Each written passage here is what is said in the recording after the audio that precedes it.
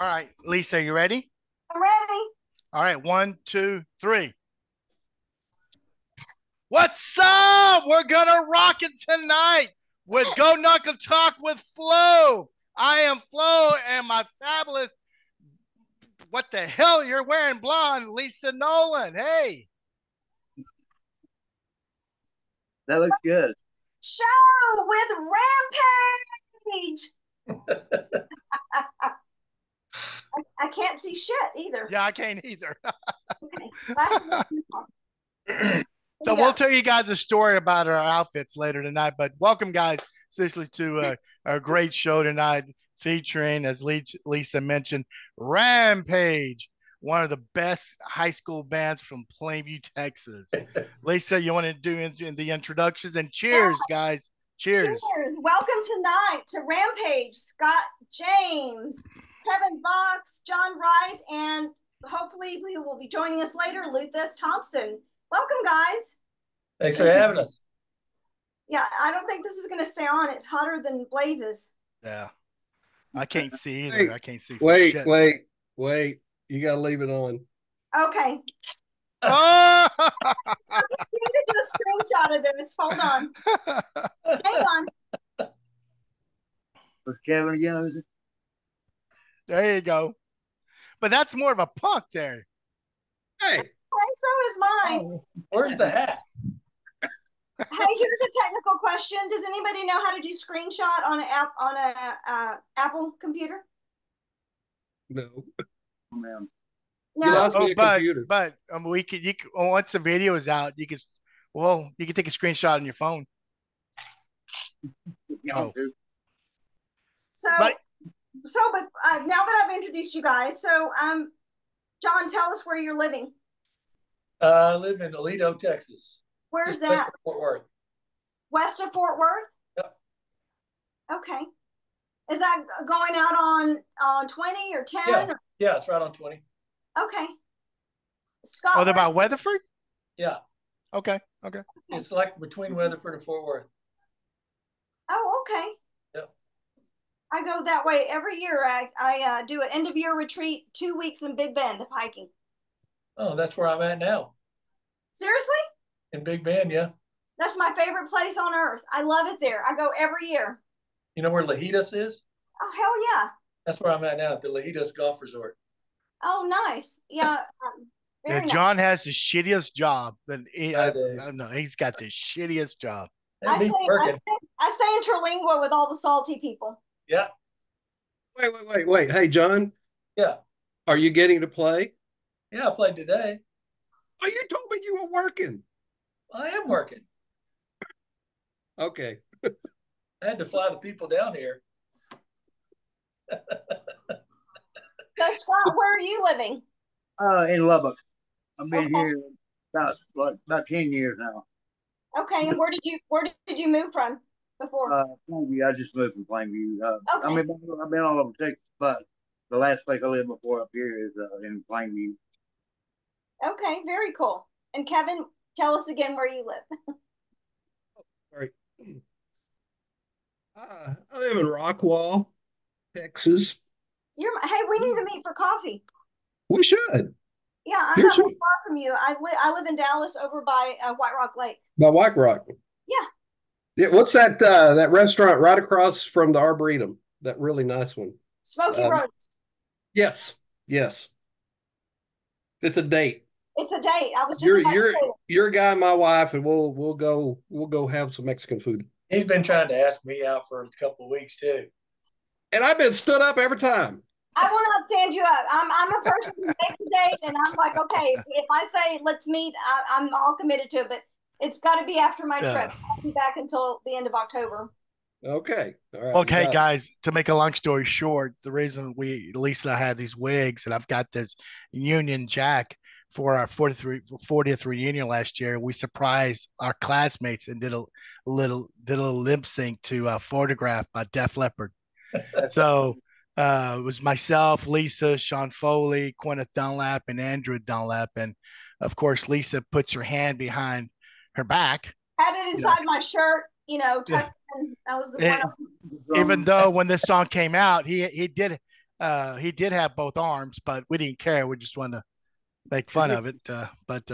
Yeah, we rocked the house down that night. It was a lot of fun. So there we go. But anyway, guys, Rampage. So let's talk about the group. Scott, I assume, did you start this group? Yeah. For some reason, I just me and Luke decided. Luthez, we decided we was going to get a band together. It was kind of me and him together, really. But and then we got to help Kevin because he was state band and he was the badass drummer. Better than anybody back then. Clear Ludwig set, and so anyway, we would go there and practice at his house in their living room. His dad had a little a deal that he called square dancing, a little PA system, and that's what Luthez would sing. Yeah. Anyway, it was a lot of fun. We spent a lot of time doing Sweet Emotion, about 10,000 times. Why that song? I don't know. I had the music, the book to it, so that's just the first one I picked out. And I was, just really starting playing the guitar. I did all that crap, the guitar. So I was probably the limitation of the band was, I didn't carry us that much forward. I was probably the limit of my knowledge because that's the only thing I knew at the time. We did it many times. Anyway. With that voice box. Remember the voice box you had in? Oh yeah. You were trying to mimic what's his name? Peter Frampton. It was good. Yeah, I forgot about that. Yeah, I remember that now. My mom. Yeah, I used to answer the phone with it and all kinds of stuff. Yeah. We would play an escapade, and Miss Crystal. I've always had to say something dirty on it, we had a little break deal, where a little solo, like a drum, it was Kevin, and a little bass line, and then I would always say something like, "I want to screw you" or something, Yeah. So every the year, then we'd do it like multiple years. Miss Crystal would go up there in front of the stage and just sit there and glare at me, and I would still say it, even though she was trying to, Now, did you say screw or did you say fuck? Screw. Okay. I remember that now. Hell, yeah. I remember him doing that. I had to say screw you. Peter Frampton said something like that also. I want to screw you or something. And she hated that. Miss Crystal hated that. Oh my Lord. And I still did it though. So when did you start playing guitar, Scott? You kind of mentioned a little of it. How old were you? And why the guitar? Who I assume someone influenced you. Well, my parents had they bought me like a Telecaster, a pretty $300 and something guitar at that time, and spent a little money on it. And so they were gonna make sure that I learned how to play. So I drove to Lockney every week. I didn't drive. My parents took me to Lockney, and we had a little band that this guy Travis Venable was the teacher, and he taught what's that guy's name? Played the drums, and he played a bunch of bands. Oh shoot! Anyway, he had us together as a band and taught us like that. He taught a guy drums. He was the drummer for the band. He taught me the guitar because I was a guitarist for our little group, and so everybody learned their little part, different songs, and so that's how we learned is just by playing in a band. What is that guy's name? He lives up in Aiken. I'm old looking at that shit, but he lives in Aiken. Anyway, he's a good drummer. He played for he played for some good country bands, Country Nights, and he played drums for them. He wasn't from Plainview, was he? No, he's from Aiken. That's right. You said Aikens. My bad. Yeah, he played. I see his face. I can't think of it. That's all right. Oh, well, y'all would know who I'm talking about if I could just remember. Kevin probably would. Yeah, Kevin. Yeah, the guy was. He's a younger guy. He's like 2 or 3 years younger than me. Well, she's old now, I guess. So, but anyway, he ended up playing a bunch of bands and stuff. Did you learn how to read music too, or you just played by ear?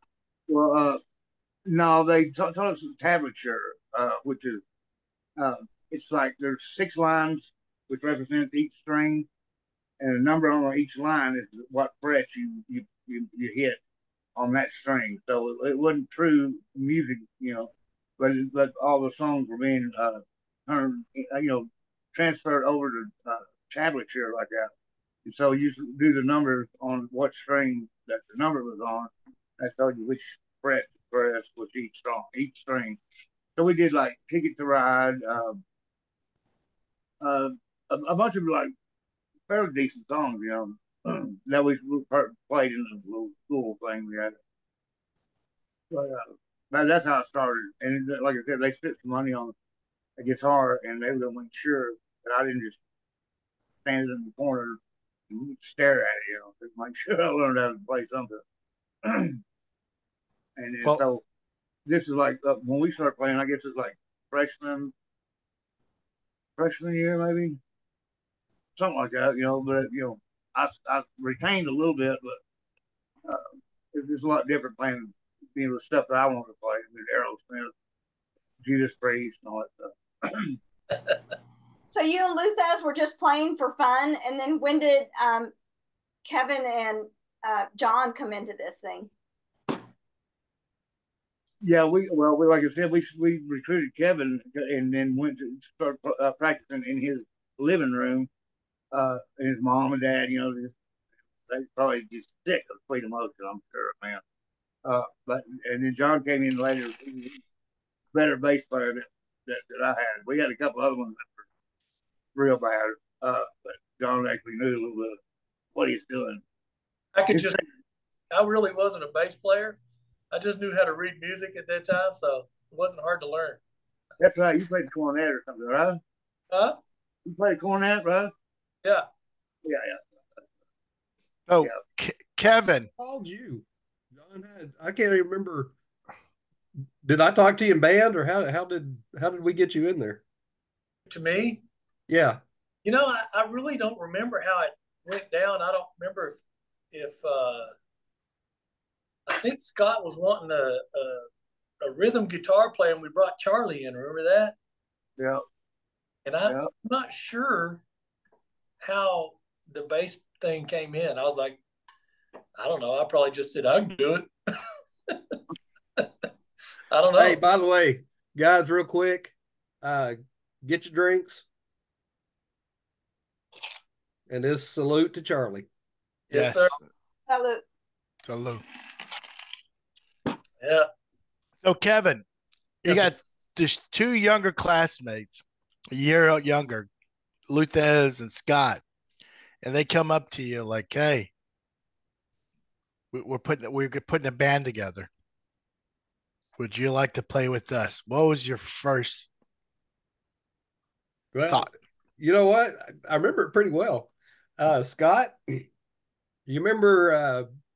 Okay, Scott's a year behind me, and he was dating a neighbor across the street from me that she was a year or 2 older. You remember her, Scott?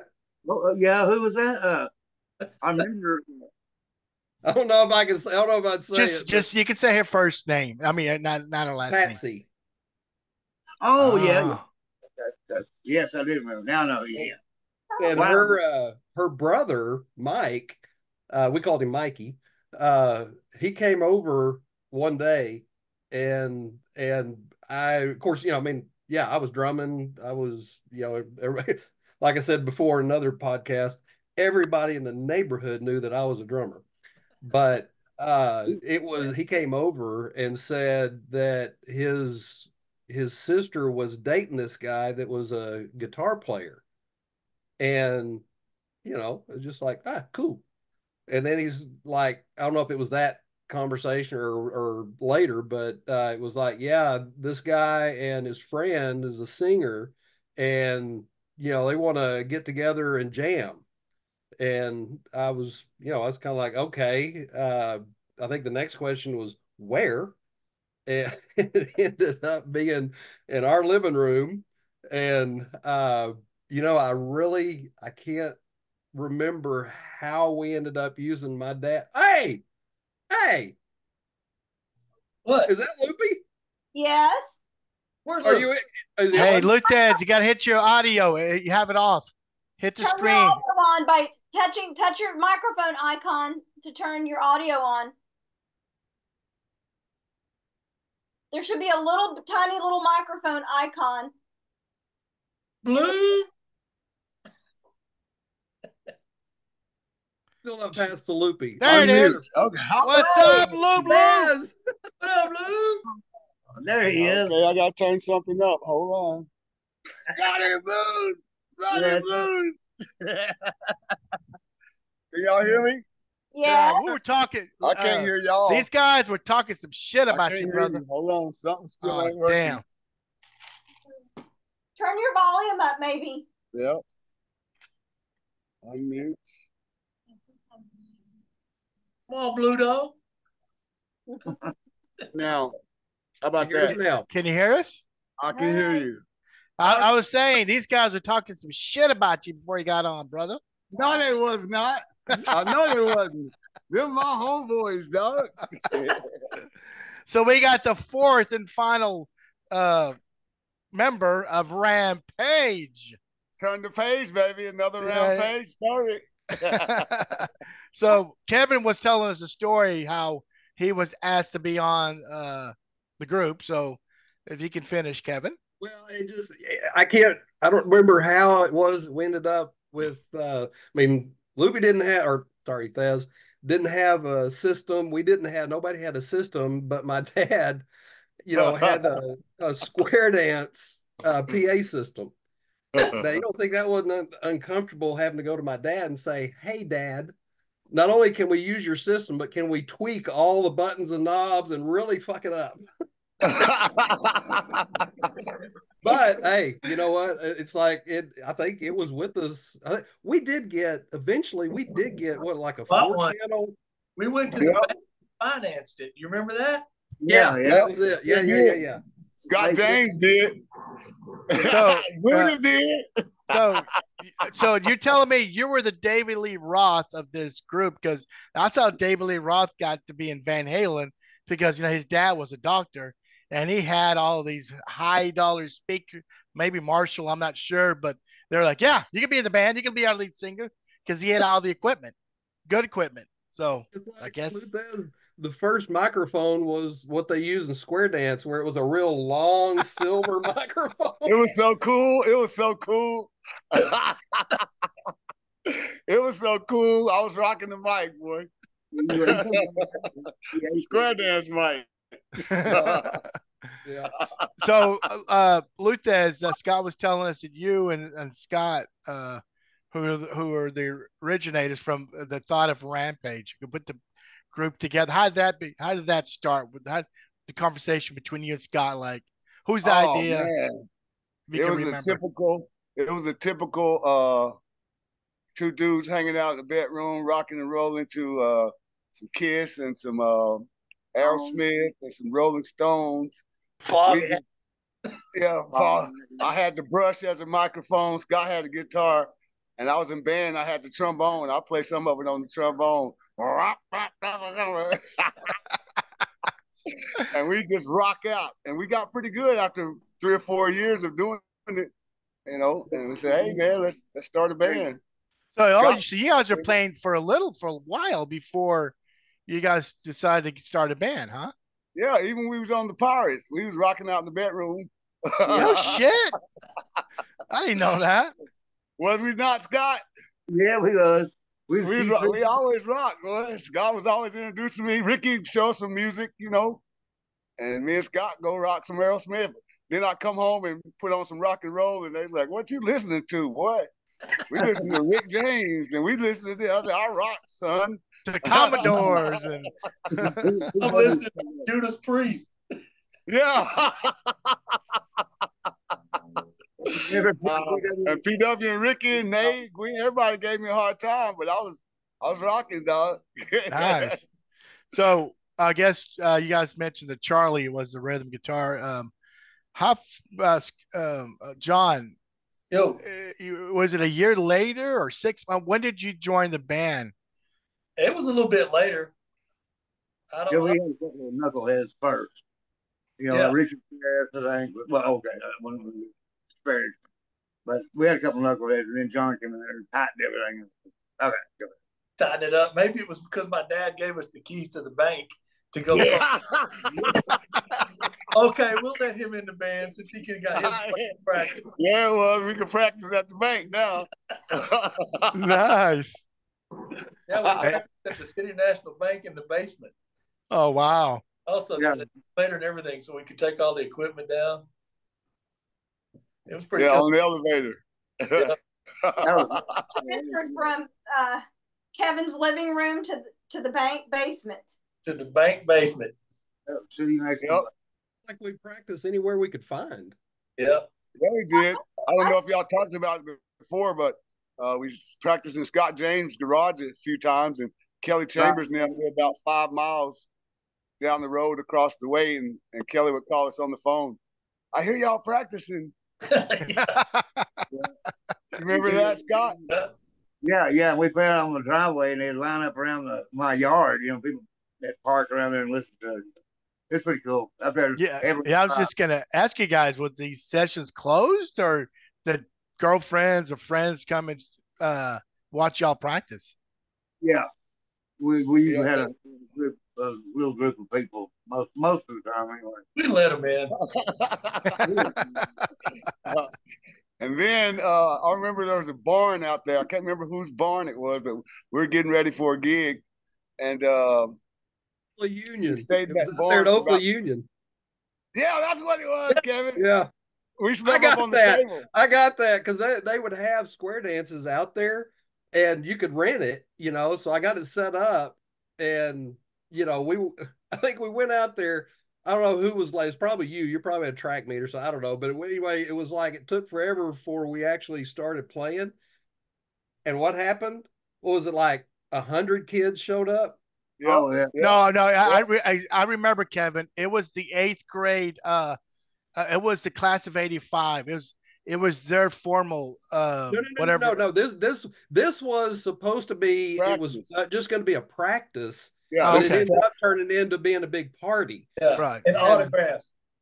Yeah, and it's like we just got started playing. I think we got halfway through Train. Aerosmith's Train, and the police showed up. I mean, the highway patrol showed up. Yeah, they did. We slept out in that thing. Kids scattering like rats, man. I mean, kids just. Someone turned the light, and all the roaches just. Yeah. But you know but there was a time because I helped you guys. I guess I was a roadie for that show. I helped you guys set up. It was for the class of '85. They had their 8th grade formal evening, and Luthez, you were late because you were at a track meet. Yeah, we had the regional track meet in Lubbock. Yeah, and you came in your suit. I mean your track meet gear. Yeah, so, yeah. But yeah, once you started, you guys rocked the house. You know who drove me there? Randy. I can't remember the two girls' name. Liz Hart and Michelle Hart. Her mom. Randy Roberts. Okay. Randy Roberts. Randy. She drove 100 miles an hour from the track meet and got me there. Me and Jerry Cargill was in the car. Was that Estacado in the gym? Yep. Yeah. That's Estacado in the gym. Yeah. Yeah, it was. And she drove and got me there about 20 minutes after the track meet from Lubbock. Randy Hart. I was scared. She was flying. I was slow down. No, we got to get you to the concert. And I got there, y'all. Everything was already set up, and I ran in on stage and rocked it. Running in, and it was on. It was going with those high-rise socks. Yep. All the way up to the knees. Oh, by the way, the comments from Johnny Hill. I tried to find the shorts, but they're gone. Thank God. That would have been a real goat knuckle if you put them on. Hey, I had the tank top for a long time. Man, that was a bad tank top. I wish I still had it. Kevin? You don't have them? Kevin? Kevin, do you have your Kevin? Stay right there. Yes. Yes. Put it on, Kevin. Do it. Do it. Do it. Do it, Captain. Oh Lord, his stomach can be showing. Remember one at the Crest High School in their auditorium? Oh man, that was a good one. That was a good one. That was another good one. Jess was helping us out as a roadie, and he was even signing autographs. No shit. John, who was? Jesse. Oh my gosh. Okay. Oh, Well, I'll wait till Kevin comes back to ask this question about you guys performing at these places. Yeah. Nice.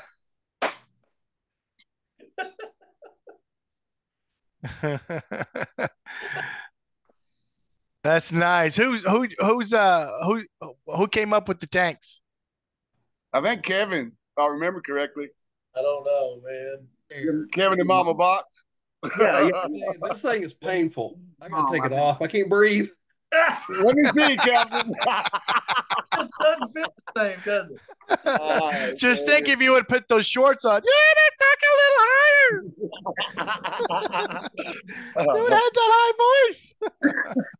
All right, Lisa, you had a question? Oh man. I lost my train of thought from laughing, but and, it sounds like your parents were all really supportive of this fun endeavor that y'all took on. Was there any opposition from your parents, or everybody's parents were really cool and on board? Everybody's cool. My dad gave me the keys to the bank. What do you think? Yeah. What do you think? Hey, so guys, like when you played an actual concert, like for when you said Crest or like the 8th grade thing, I mean, like who contacted you to say, can you come and do a performance? So in other words, did you have a manager that did this for you guys, or? And did you get paid? I think it was We Scott. got paid. We got paid for some gigs, and Miss Crystal, we did one of them up there, and that's Scott. And Miss Crystal would holler at me every year, you know, sports. What was it? I guess it's sports bank or something for Escapades, you know.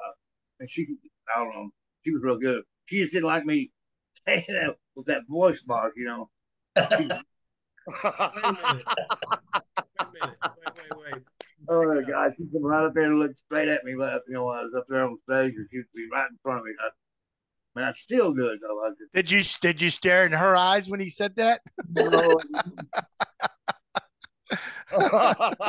Hey Kevin, didn't we get those tank tops just specifically for that event at that gazebo at the running water draw? Running water draw.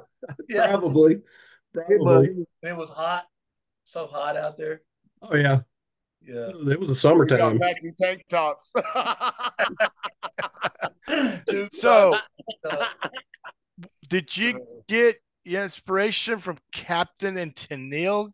Captain? How'd that? You know, No, it wasn't Captain Tennille. No, it was not. No, yeah, we weren't doing that.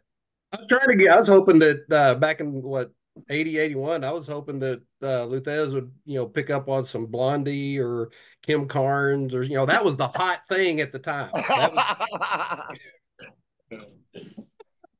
Seriously, how'd you get the nickname Captain and you start wearing the captain? Okay, so I was dating somebody, a girl, was a girl, and her family, they did like a little sailing, and you know, we went out on their little sailboat a few times. And where? At probably McKenzie or one of those lakes up there. Just sat down in a circle. Okay. Yeah. Okay. Yeah. It could have been Greenbelt or Meredith. I don't know. But anyway, we went sailing, you know, took their little Hobie cat out and did some sailing and stuff. And I don't know. I said something about, you know, getting a skipper's hat or something, and she bought me one. So I used to wear it all the time, and you know, these chuckleheads picked up on it and started calling me Captain all the time. Oh, Captain Kevin. He was the drummer. He was the drummer, and he carried the beat for the band, so he was the captain. Yeah. You know, and so he ran the show with the beat. And he was older than us, you know. Oh, you didn't have to go there. Kevin was the man, Captain Kevin. Who came up with the name Rampage? Scott James. Do you remember? Hey, we did have a name first. It was Heavy Metal. Point. It was what? It was Heavy Metal, and then there was that movie came out. That animated movie Heavy Metal came out, so we had to change our name. We didn't want to be associated to the movie. I think it was Scott came up with Rampage. I think he did. Yeah. And why Rampage? If you guys can remember, it's gonna have to have a meaning behind it. Because we were on one. Right? Yeah, exactly. I remember me and Scott in the vet room talking about it, and we remember this, Scott, Vanishing Point. Oh yeah. We were gonna come up with Vanishing Point and get some fog machines, and then disappear and be Vanishing Point. Yeah. But we didn't get no fog machines, so we stayed with Rampage.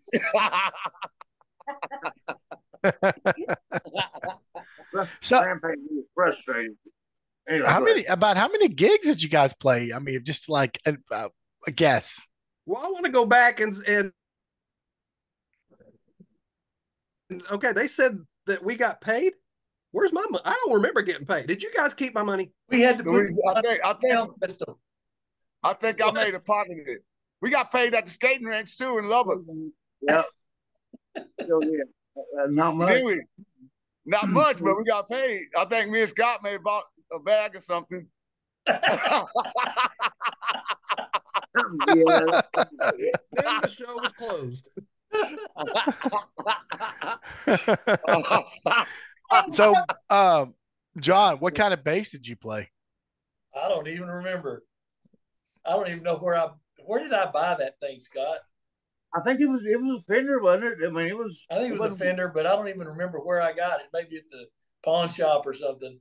Well, was it the day after you played at your dad's bank? All of a sudden, you guys had all these brand new equipment. No, it wasn't brand new. Trust me. I didn't think it was not brand new. I didn't even know how to play the bass guitar. I think Scott taught me about half of it. Yeah. Yeah, he did. Yeah, he was. So how was it when your first show, John? You know, first live show, and then you're playing the bass for the. Dude, it was just fun watching Luthez go off. Yes, he did good. So, did you hide behind the curtain? Yeah. Nervous? Huh? John, were you nervous the first time you played? Or live Probably. I don't remember. Probably. No, I remember. No, he wasn't. He was up there gigging, boy, John.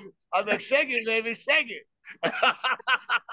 I'm pretty sure he had a little liquid courage, even at age 17 or 16.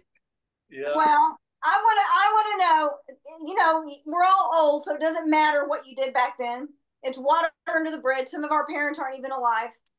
I want to know, did you play any gigs while you were stoned or intoxicated?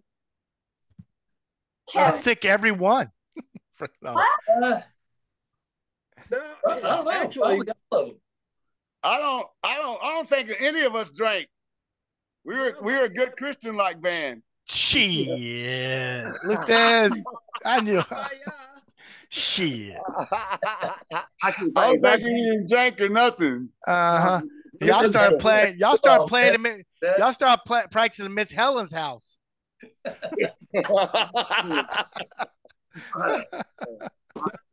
This misconception. Everybody's got this misconception about us. It was we got together. It was a commune. It was a study group. It was, you know, I mean, we were good boys. Yep. That's what the right, Scott? I can't believe you're saying that with a straight face, Kevin. Bullshit. Bull fucking shit. I remember. I got one story for you. Because I was on the football team, me and Thomas Rios, and somebody said we were out drinking or something. Maybe it was the barn concert or something. Police showed up, I went to practice next time, and they kicked me off of the varsity and put me on JV for a week or two, or a game or two.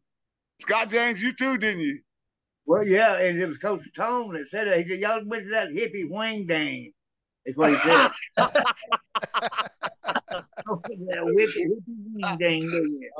Dog it. So then after that, we said, hey, we can't let nobody know what's up. We's a good group. We's a good man.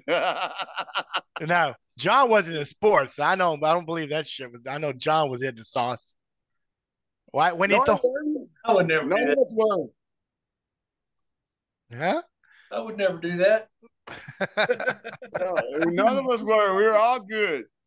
Yeah.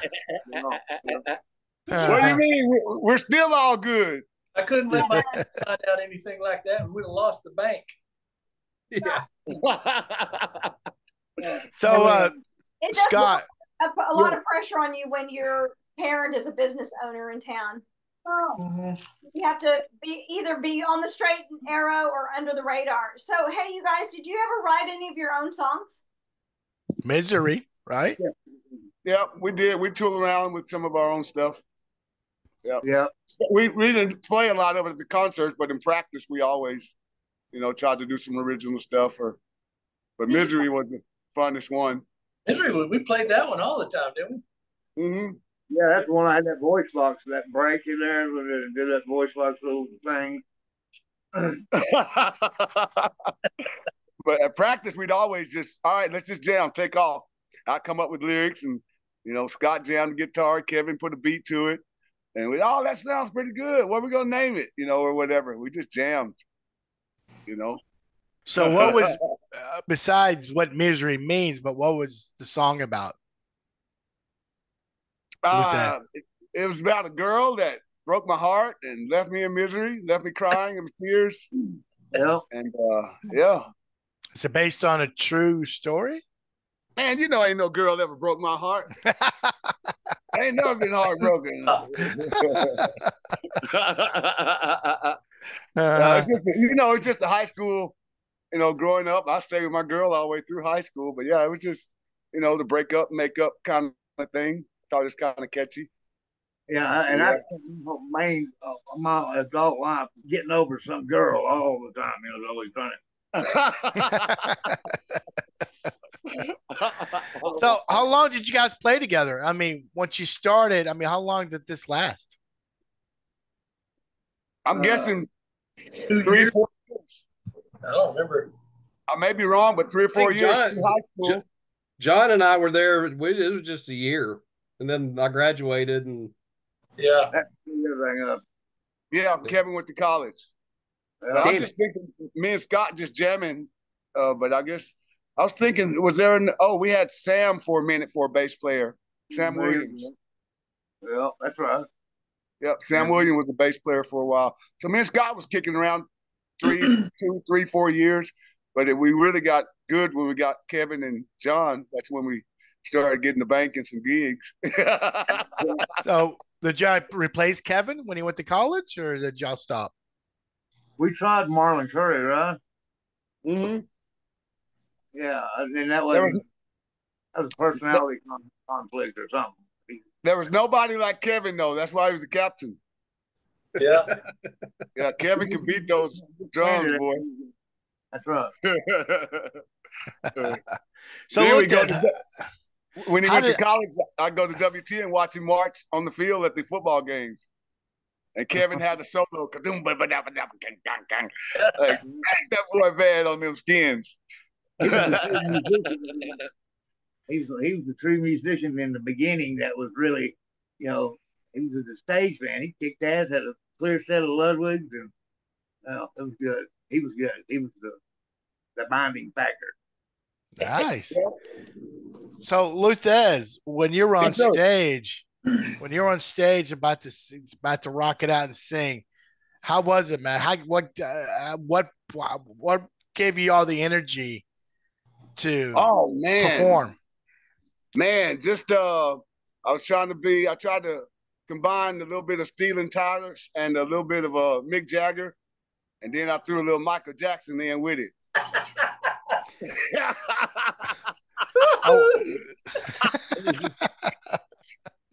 Those my three people, and I channeled when I got on the stage. I try to do a little bit of all three of those guys. I had the scars hanging from the mic, like Steven Tyler. I walk around and do the chicken neck like Mick Jagger, and then I spin and do the moonwalk like Michael.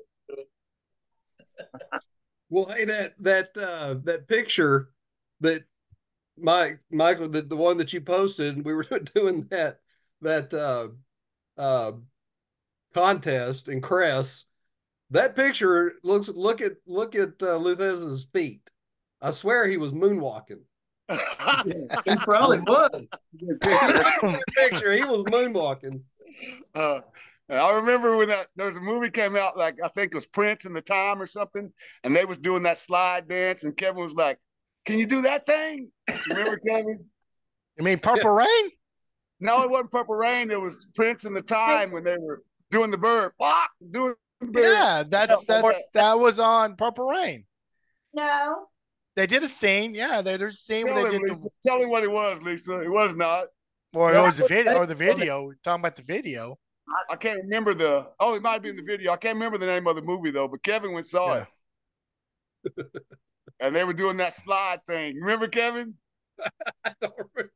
Yeah, they were doing that slide thing where they slide and flap their arms. So Kevin, you should have brought the mirror and say, Jerome, yes. You had the mirror hold it up to Luthez. Like get that picture.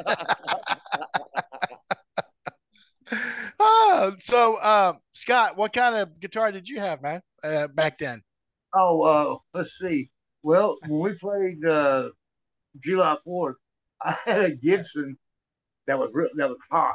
I mean, it was just, hot, like stolen, freshly hot. You know, somebody had gotten it, and I bought it for $100. And I come to find out, it was like probably a $3,000 guitar back there. It was a studio Gibson from like 1950. It was actually a Les Paul, but it was cut out like an SG, like this one, double cut out. But it was. That sucker was bad. Yeah, I couldn't believe, but I was terrified to play it because I thought somebody's going to see me up there with that because, like I said, it was hot. What did you do with it? So you guys were Christians, yeah. That's when we start seeing the light and start praying. I was real nervous when we played outdoors that day on July 4th. I was really nervous because whoever lost that was really mad, because that was really guitar. I sold it 10 years later. For how much? Like $350, like an idiot. Damn! I wonder how much that guitar is worth now. Yeah, $3,000 easily. It had two jacks on it, which you play like on each side of the stage. Like it was a stereo guitar, but it's really made for the studio to do recordings and stuff. But it was a Gibson, and it was old, and I wish I still had that. Man, and it was beautiful too. That sucker was bad. Yeah. I remember. I can picture it right now. That sucker was bad. So, John, when it came to playing the music, who came up with the lineup?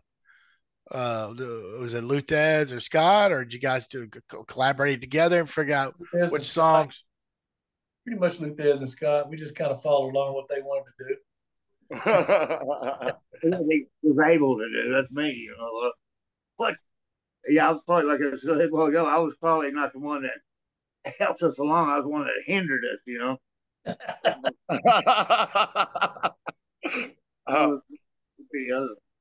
Yeah, it was just a whole lot of fun, man.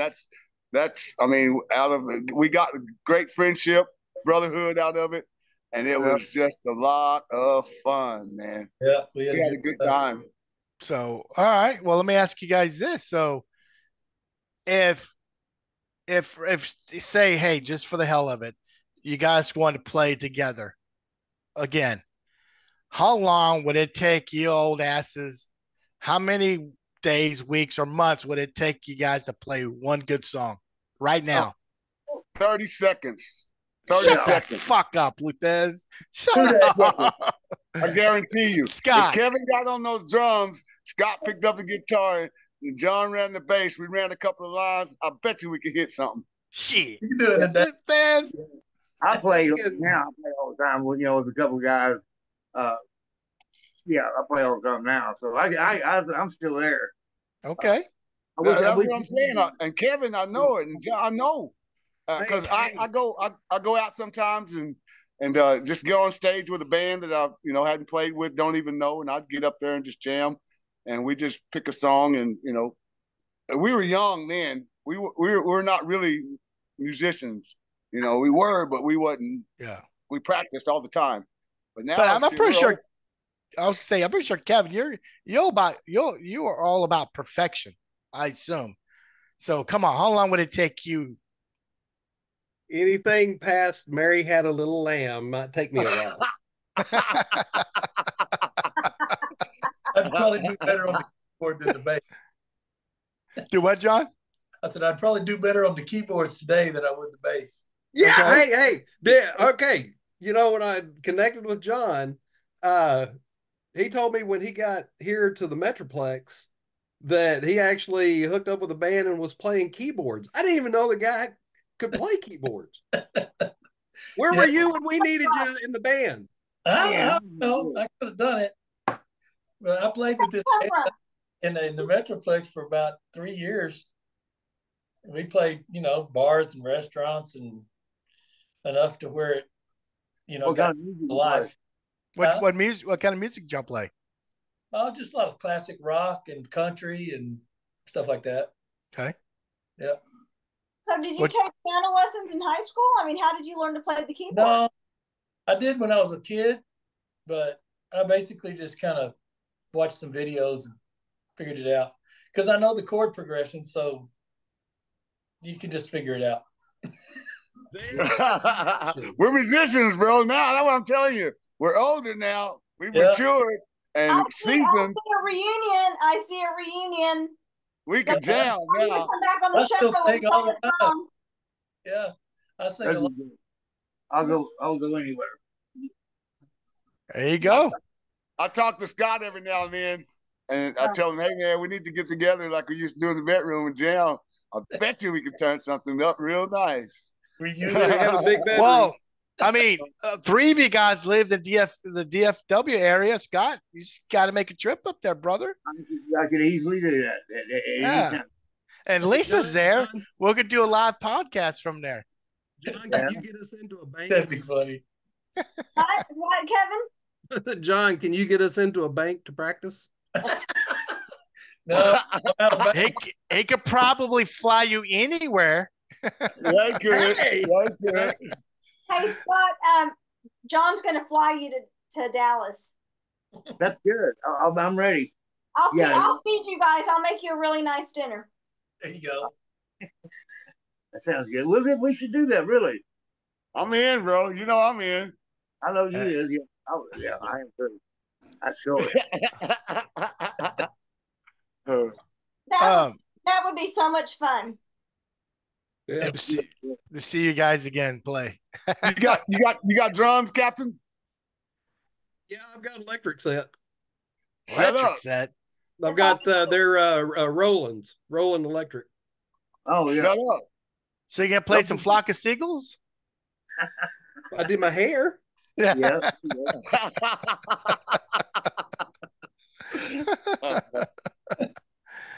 So what was let's Luthez, don't answer this because I know what your answer is. Okay. Did you guys ever mess up? And I'll start with John. Did you ever mess up during the live performance? And then ever be like Scott or Kevin was Scott, so I'd look over and look at you like, what the hell is wrong with you? Yeah. You miss enough to look over and give you that dirty look, like, I better get back on track. Do you remember what song it was? No. Probably. Back then, you could get out of tune and you couldn't do it because it was burning, everybody else was hearing how sour it sounds, but I couldn't hear. Anyway, that was a biggie, getting out of tune just a little bit. Yeah. And then that voice box, you had to have the volume right on the PA system, or you'd have me breathing, be breathing into the mic and stuff.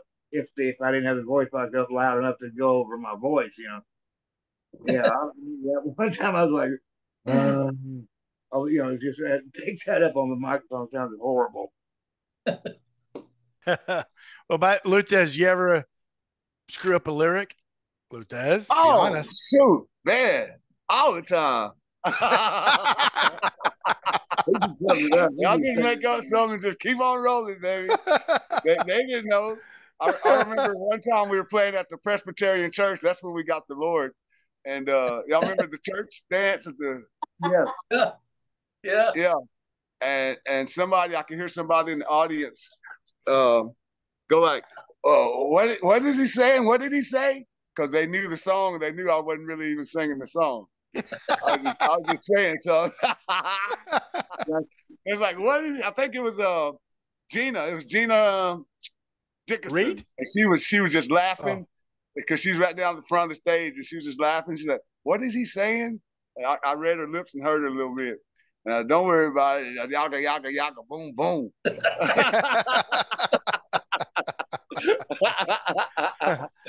Well, Kevin, what about your brother? Kevin did not. Yeah. Speed up, slow down. Well, look at the time. We got to go.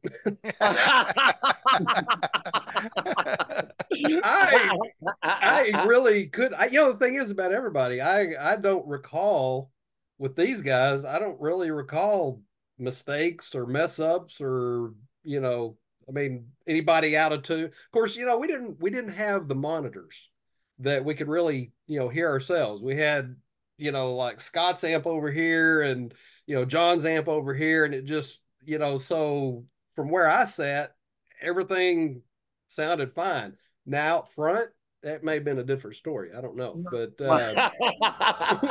where I sat, everything sounded good. Did you ever have, go ahead, John. What, John? He just kept the beat. Yeah. The only thing that I was ever concerned about was when we were using my dad's PA system that we were going to blow the speakers. Yep. That's the only thing that worried me. And he would tell us, he turn it down a little bit, don't blow my dad's speakers. Yeah. What is the best or the most fun gig you ever played? I'm going to start with John. Like, what's that really stand out? Like, that was a really great gig. You had a blast, or y'all played really well. I think there was two of them. One was that estacado thing that went over really good, and then that deal at the Crest High School where everybody we were instant celebrities. Yeah. And even Jesse was a celebrity, and he was just carrying the amps in.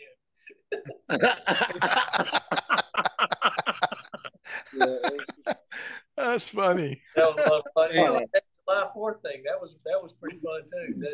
July 4th, we had a good time doing that. Yeah. Scott, what about you, man? July 4th thing, yeah, that was, and one of the estacado things was real good.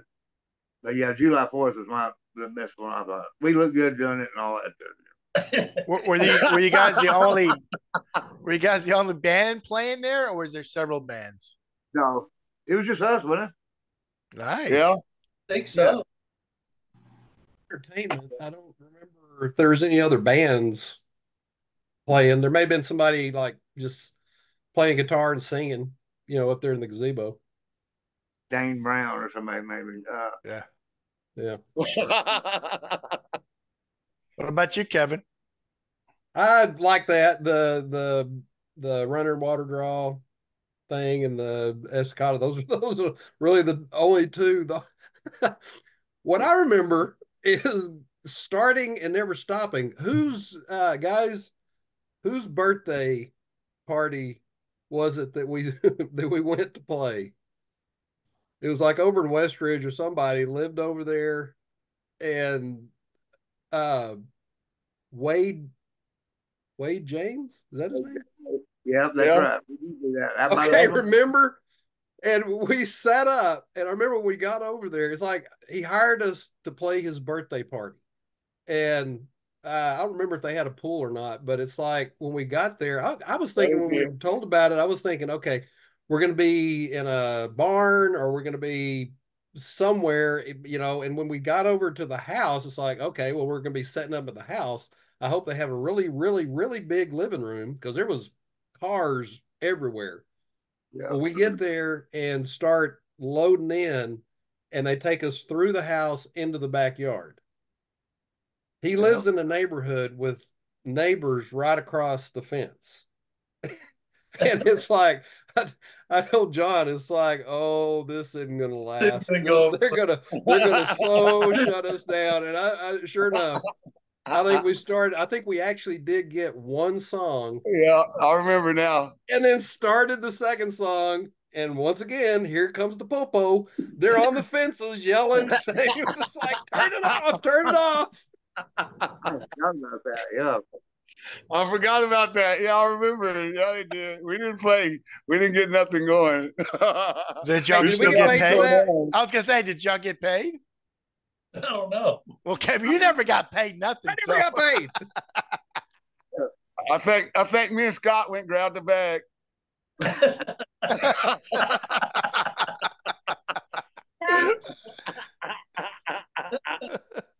What about you, Luthez? What's one gig that sticks out? Oh man, I'd say that Crest gig, that talent show, because like John said, we were celebrities, man, and there was a couple of little hot mamas out there. So yeah, that one went over real good, and the Lubbock skating rink was pretty good. I got a couple of hot mamas out there. That's how I categorize it. Are we saying hot mamas like our age or like hot older mamas? No, there were girls, there were groupies in the crowd or whatever. I remember I was behind the door and Kevin was taking the drums out, and I was behind the door, and he was like, "Dang, Lou, what are you doing back there behind the door?" Luthez, didn't you come out of there with a nickname? Was it Whitey or Snowy. Smiley or something? It was Snowy. Because they was calling me Snowball, but they picked up on Snowy. I think John and somebody said Snowball do this and this, so they, hey, Snowy. So yeah, so I'm. Well, that one girl, she liked you because your white teeth. She liked that big smile. That's the one that you saw me behind the door. I was like, Lou, what are you doing behind that door?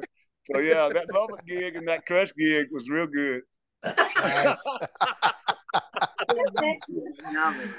Hey, did someone run the sound? Was there a soundboard? Did you guys have a soundboard? Oh yeah, I can't remember who it was, but there was somebody back there, Steve King maybe, or someone. Scott, remember? I can't remember who. Somebody with Kelly Chambers for a little bit. Yeah, and Judder. I think Judder did some. Judder, that's who. Yeah, Judder was the sound man. Who? Yeah. Yeah, he was. Yeah, he Luthez. was. Who? Luthez? Who? James Castle. Oh, okay.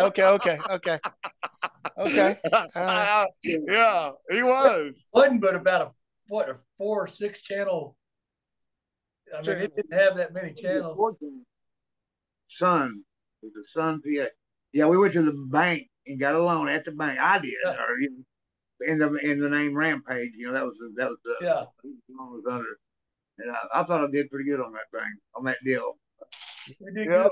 You give loan us some money and we made payments. Did you go to John's dad's bank? No. Maybe go. I think I went to Hell County with Sandy Mayfield's mom. Yeah. Okay. Wow. So what did you get a loan for? Just for a PA system. Okay, to for your equipment.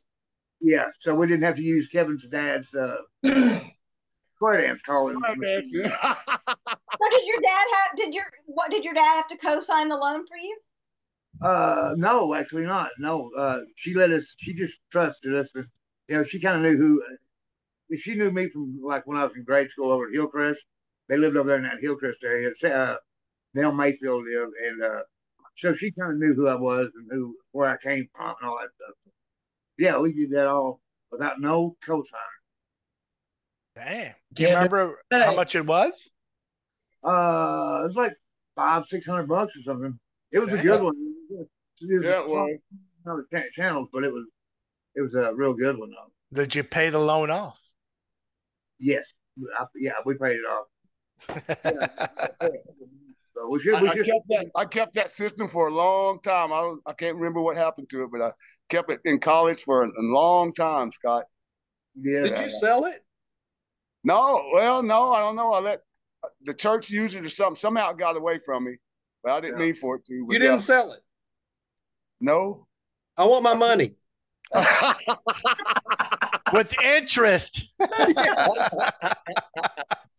Yeah, it got out of my hands somehow, though. I used to set it up and jam with it. Kevin's going to be texting y'all going, I want my money from all those gigs. That's right. Well, they smoked it, Lisa. They smoked it away. I want my weed money. That's cool. John, did you like the music that these guys would choose?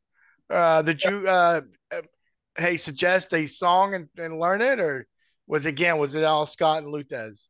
I don't remember suggesting any songs. We may have. I mean, I was a metalhead, so the song choices were pretty good for me. Yeah, we did like Judas Priest, like Metal Gods, right? And so remember the chorus of that? I'd use the chorus on the voice box, Metal Gods. No, that was pretty ingenious, I thought. Yeah, it was. You know, one of the ones that really sticks out. Breaking the law. Go ahead, John. What are you gonna say, John? The one that sticks out is Fog Hat. What was the one with Fog Hat? I just want to make love to you. Yeah, Luthez could get the crowd worked up on that one. Yeah. How many draws were thrown at you, Luthez? None. Nobody threw panties on the stage? What'd you say, Lisa? So nobody threw panties on the stage? No, they didn't do that kind of thing. People used to do that at concerts, I hear. I don't know. I never went to concerts. Back in those days. Scott, you mentioned Judas Priest a few times. I almost took my wig and painted a little streak. I forgot the lead guitarist's name that had blonde, I think, or brunette, and he had a blonde streak, and then you dyed it in your hair. Yeah, I did. Yeah, I did that. What was his name? It was a Kiki. That was I thought it was Joe Perry. Joe Perry. Yeah, no, it was Judas Priest. But Judas Priest did that also. That guy did. Okay. I just knew the one from Judas Priest. So, Luthez, you didn't see the entrance to this. Michael and I came onto the show with rock wigs on and. Shut up. Yeah. Shut up. Y'all talking about the hair thing. This is a funny story, man, Scott. Oh, there you go. I love that. That was good. I hate I missed it. You look kind of hot in that, Lisa. That's really hot, girl. You should do that. Anyway, you missed our intro. Anyway, finish your story. I'll see it. I'll come back and see it. But that was pretty cool. Really cool. But yeah, Scott was putting the blonde thing in his hair. I was out there in his house. We were doing it. And we was like, I had the Jerry curl and the long Richie hair. Oh, let's do yours too, bro. I was like, okay. And they just ran down with Jerry curl. we couldn't get the dye to stay in. We tried all night long trying to get the dye to stay in. Boy, it couldn't stay in. That grease just propelled it off. That's funny. So let's talk some of the rival bands. Of course, the System was a rival. Yeah, I never even remember that until you brought it up.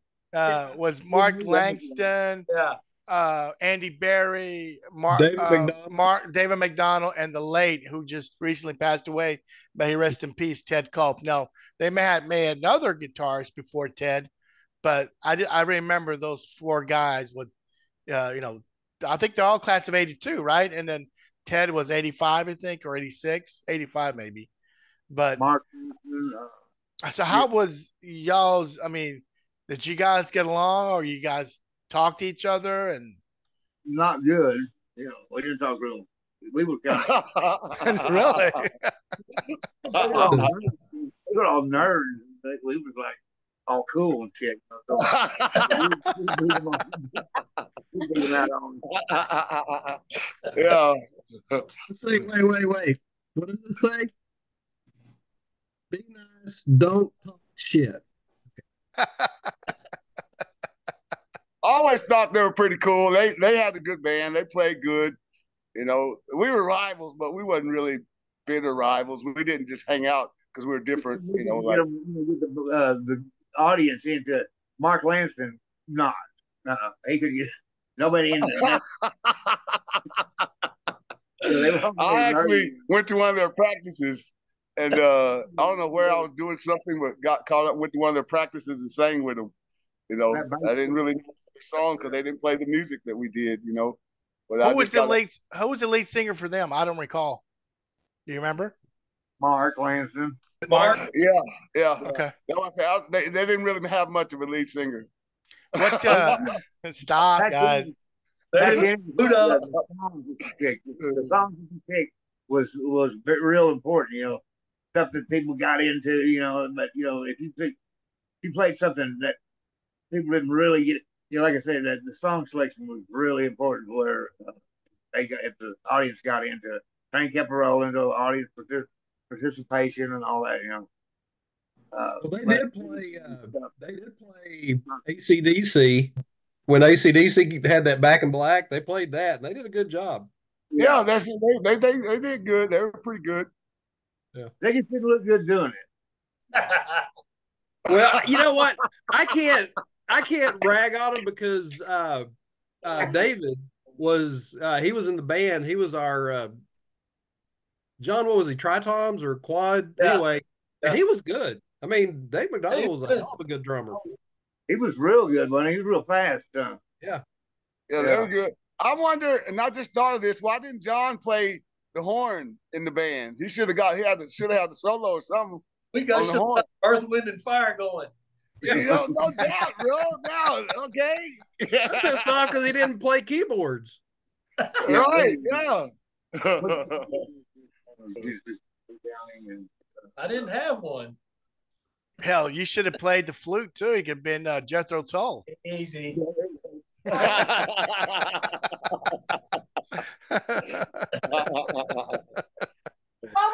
was the best part of being in this band? I'm going to start with you, Kevin. Man, you know, back then, that year, my senior year, it was constant. It was, you know, with my drum set, it was, you know, taking it to stage band. And then when these guys, when we all got together, it was bringing home from school, going to the practice, setting up, tearing down, you know, going to that. I don't know if you guys knew this, but because I was a little embarrassed, but there was being in stage band. We played.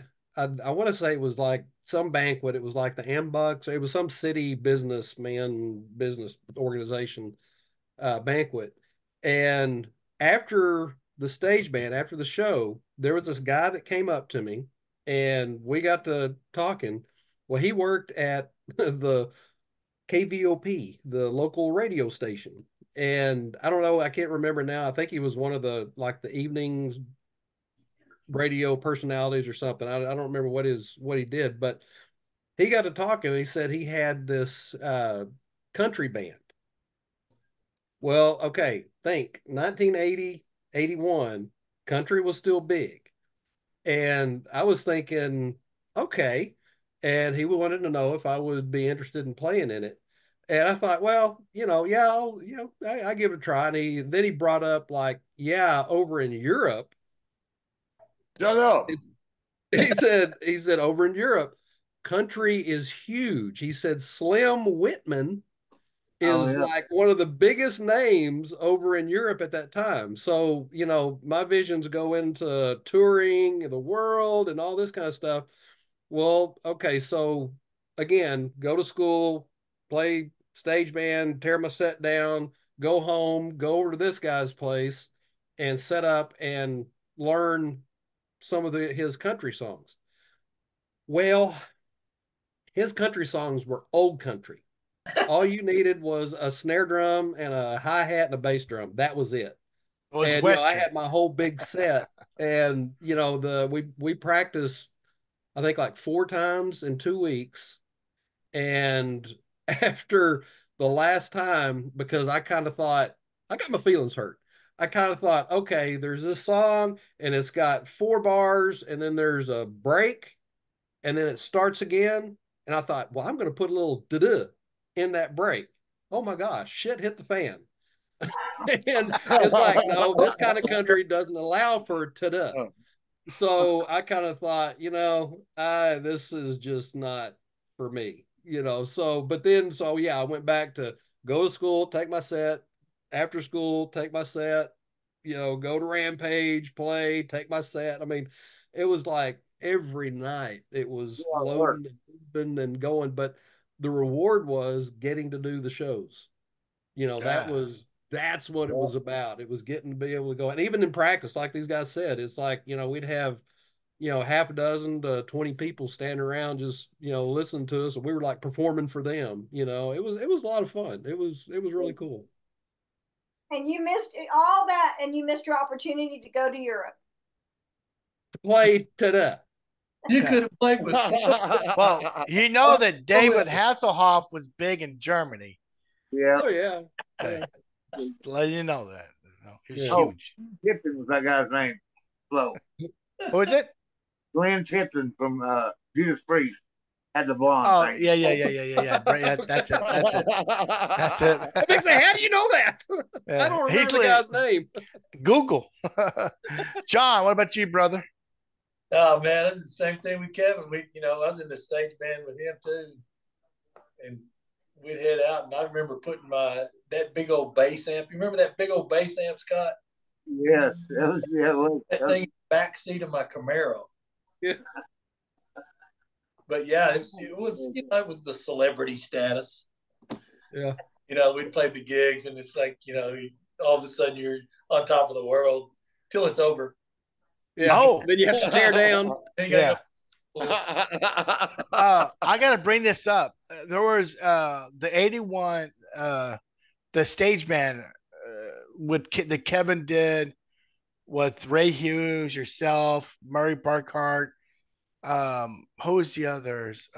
But anyway, someone brought up that you laid your brand new trumpet on the ground and Jesse ran over it. Yeah. Yeah, we were at the band hall, and I said, "Hey, I got to run back in." I set it on the ground, and he just backed over it. Bob Stradivarius, man, and just flattened it. My parents were really happy about that. I bet. I hope it was insured. It was. I got a new one. No. Sorry, Jess. I had to bring it up twice. Yeah. I bet you didn't ride with Jess after that. Oh yeah, I did. I just kept better care of where I put it down. Hey, is that when you got that piccolo mouthpiece? Probably. Yeah, we talked about that. Right, that wheel. Cindy Resendez. Yeah. Yeah. That was funny. Luthez, what about you, brother? Oh man. Yep, just okay, I lived in Central Apartments.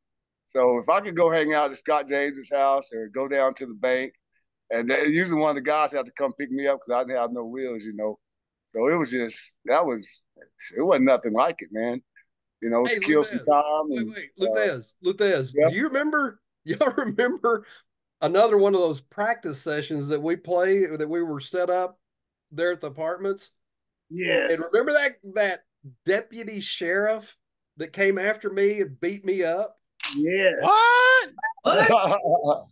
Yeah, he was drunk. He was drunk and off duty. But yeah, we were always looking for a place to practice, and we had Luthez, whatever, lived over at the apartments, and they had that little community house. Yep. we moved. We went in there and practiced. Yep. We had a good practice, but it's sure enough, there was I some forgot about guys that that too, man. started getting belligerent, and so we thought, okay, we're done. We started packing up and moving out, and I was taking my drums out around the side of the building where there was no light, Yep. and this guy came up to me just drunk and just punched me out. Oh, Yeah, he geez. did. Yeah, he did. Holy So- shit. All I could think of was, okay, Luthez and Scott have taken karate, so I started screaming, "Loopy, God, come help me!" Yeah, yeah. It's crazy. So I was glad to get out. One, like he said, we were always looking for somewhere to practice, or anywhere we could get. So, but the Centrals wasn't the spot. No, not that night. So, but yeah, I was just getting out and hanging out with the guys, man, making music, and there's no better feeling. I wasn't in the band like Kevin and John. Like I said, me and Scott, just that was our thing. I remember after band practice in the 8th grade, I'd take my trombone over Scott's house, and we stay in the room, and I'd spend the night for a week. I wouldn't go home for a week, dog. And me and Scott just staying there and jammed all night. And I don't know how Danny and Molly put up with us, but they did, dog. They love you. They love you. You couldn't do I no think wrong. they might have encouraged us. You guys need to do something, y'all. Always in the room all night and day. Y'all ought to do something. So I think they may have encouraged us to do a little something. So we kicked it off. Yeah, Cool. that's right. I dropped the trombone though and picked up I started out with a hairbrush, and then I ended up with Kevin Box's dad's country square dancing mic, and so yeah, it was just a whole lot of fun, man, hanging out with my brothers like that. That's awesome. Yeah. I was one of the few black dudes that rocked, So I was kind of I felt like I was kind of like in living color or somebody. I Yeah. really felt special, man, being able to rock with the white boys, and I'm the only Negro up there rocking. I felt pretty good. There you go. That's a song you guys need to learn if you guys reunite. Play What's that. that? What was it? That Living Colors song? 11 Culture Colors. personality. Yeah, the cult of personality. There you go. Yeah. That's a We great can do that. We can do that. We have to do that. Scott, Well, what was the best part of being in this band for you? Well, actually, it was just an accomplishment to me, that I put something together and we had a lot of fun doing it, and we had all the bitches. I don't mean to say that like that, but we had all the women, but put together some songs, and then I don't know, it was just real good, real fun time in my life at that point. By the way, you don't have to censor anything because I'm the only girl in this room. So I'm just saying.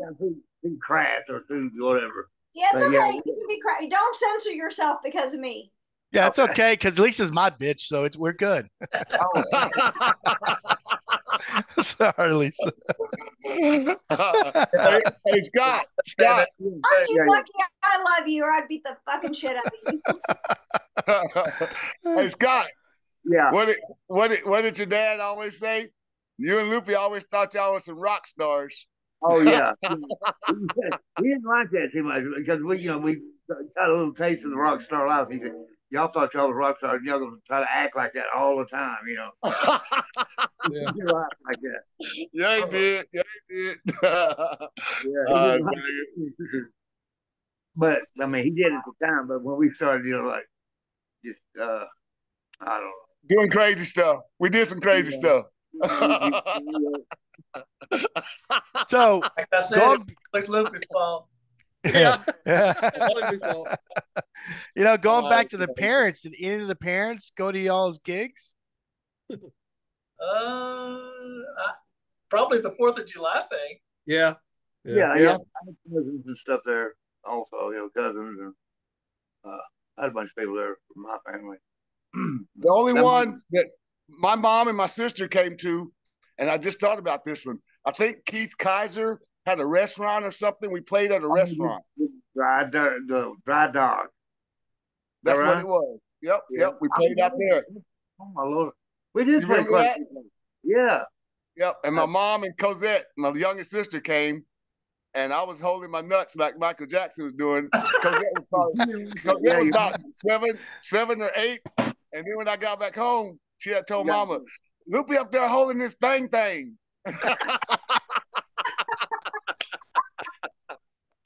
Why was he doing that? She's 7 or 8 or whatever. She's a little girl. And I was doing my moves and ew. And she had, why was he doing this with his thing? But that was the only concert my mom and my sister came to. They didn't come to no more. I bet they ain't coming to no more. Man, you guys played a lot of gigs, sounds like it. I mean, seriously. Remember. What, John? A lot more than I remember. Yeah. Well, it's kind of like as they're coming up, it's like, oh yeah, I do remember that. So I guess we did. Like I said, it was a lot of fun, man. We was moving. Yeah. Nice. So I want to know what your favorite song was. So Kevin, what was your favorite song that y'all played? What was your favorite cover that you did? Probably Aerosmith Train. Okay. It was kind of like it would start out just slow and easy, and then there was a break, and I would just take off just hammering, just beating into it, and pick up the pace. And I don't know, that would seem to be the most fun. Who played the harmonica? I just played on the guitar. Did you? Okay. Like a smart ass, you thought you had us, didn't you? Yeah, I did. Thanks, God. Go back to your damn voice box. Scott, what was your favorite song? Probably Metal Gods or something from Judas Priest, I think. I like Train Kept Rolling also. I would say Metal Gods probably. It's got a good grind to it, Did we play that? I know the song you're talking about, but I don't remember playing it. We played July 4th, and I had the voice box, and that's when I did the chorus of that. We played it quite a bit. I remember it, yeah. Scott, when you played it like your solos, did you look down and not look at the crowd, or did you play with or did you like jam out and look at the crowd as you were just wailing away? No, I was all looking at my frets, looking at the frets.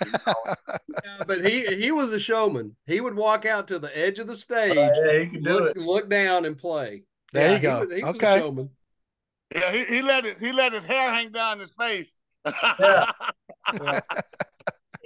And I go up and bump him or something, like lean on him. Yeah, come on, man. Did he grab his nuts? His dang thing. I ain't got his or mine, either one. Neither one. Oh, dang it. Juanito. Favorite song? Yeah. Whole Lot of Rosie. Huh? Ah. I'm not still out. Okay. We're about to go. For the longest time, I thought this lyrics is a whole lot of roses. I didn't realize it was about a fat chick that he slept with. Whole lot of roses. I didn't know that. So is that kind of? Are you telling us something that may happen? No. You like that song so much? No. Just good bass lick is all it was. Was it a good bass part or what? Yeah. Okay. Yeah. I remember Scott teaching me that one too. All right. Nice. Did you guys ever play any Rush? No. It was that Neil? Is Neil Peart's? I mean, drumming a bit too hard to learn. Come on, man. The guitar player is too scientific. It's too much. Yeah. Well, sometimes, we were, what were we, a 5-piece at one time, or no? Yeah, 5-piece at one time. They were a 3-piece. We would still not have ever had enough people to play what they play. No doubt. No doubt. All right, Luthez, what about you, brother? What was your favorite song? Man, I'm really the Train. when Kevin got on the drums and sound like a train coming, and Scott was that was rocking. But I like doing Beast of Burden from Rolling Stones. Yeah. I could channel old Mick Jagger to never be. Yeah. Yeah, you did good on that. That was good. Well, guys, did you guys have a logo? I don't remember. I mean, I saw the shirt just says Rampage, but did y'all have a logo? Just that?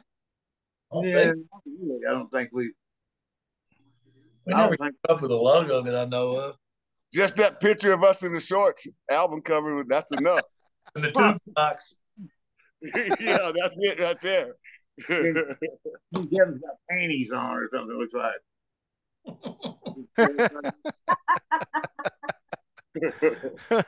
Well, let me ask you guys. So, after you guys played a gig and it's in front of most of the Plainview students, the next day of school, that a lot of the classmates come up to you and say, "Man, you guys rocked it." I'll start with you, Luthez.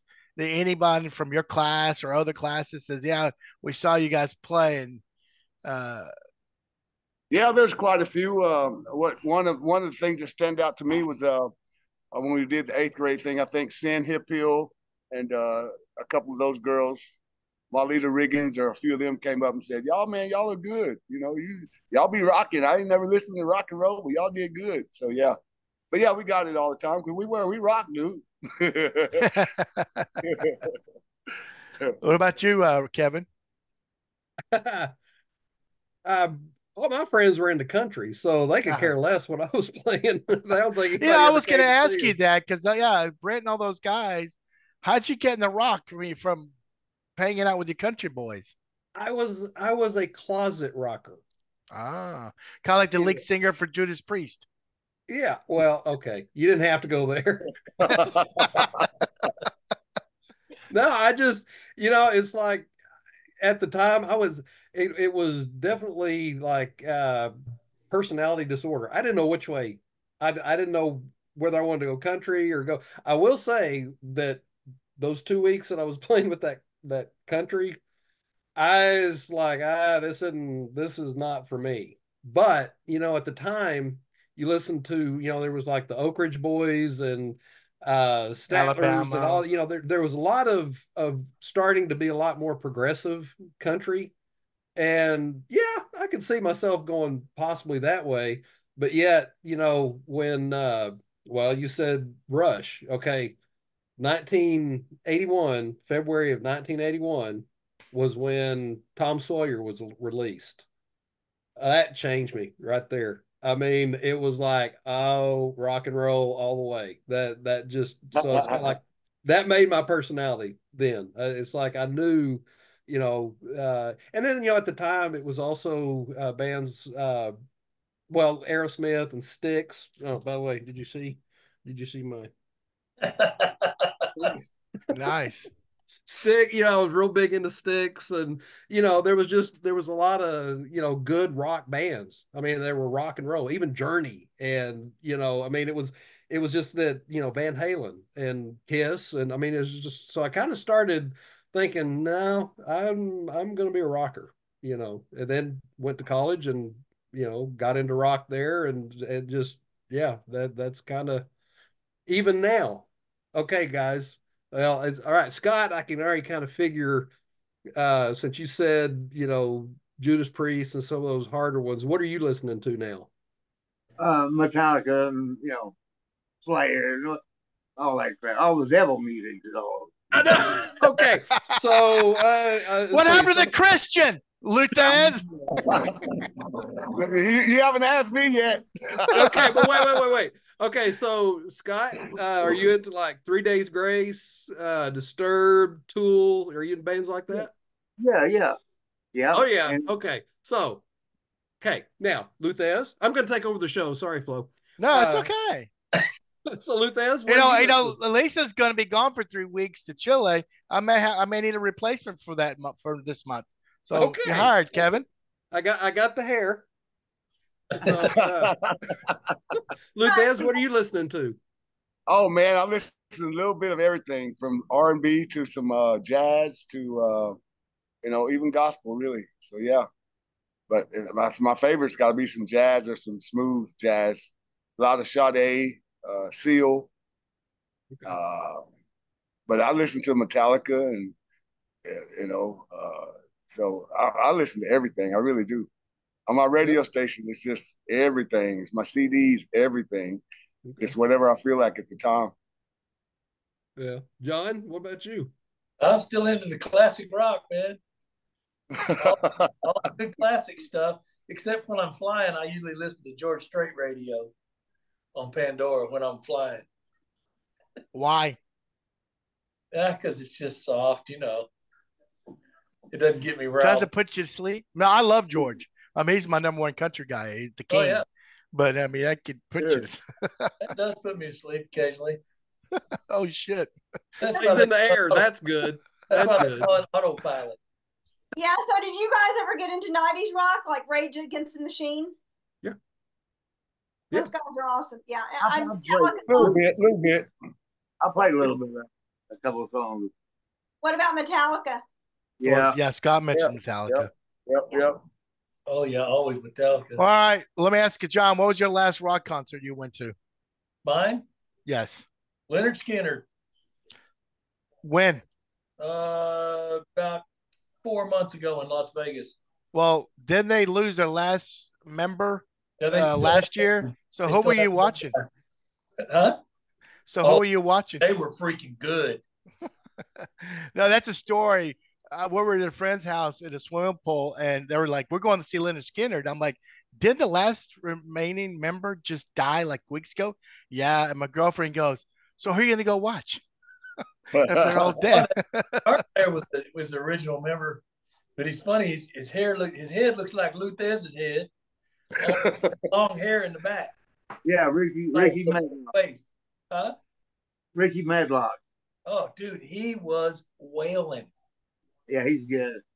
So with this job that I have, I get to go to a lot because you do a lot of private concerts, and I get to go basically backstage with the bands and stuff. So, take pictures with them, sit in the room in the back with them. And these guys, I thought, great, this is going to be great because they're all old, whatever.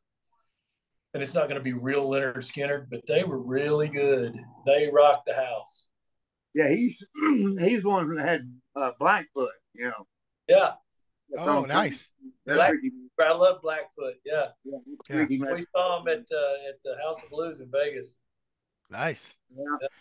So, Scott, who was your last group you saw in concert? Rob Zombie.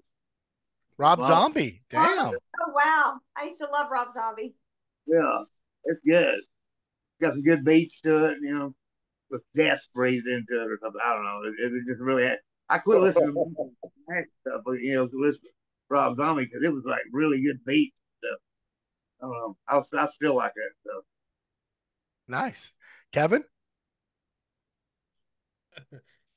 Please don't say Taylor Swift. The romantic. I'm a Swiftie. Actually, it was the Eagles came through here a couple of years ago, and it was like earlier in their career.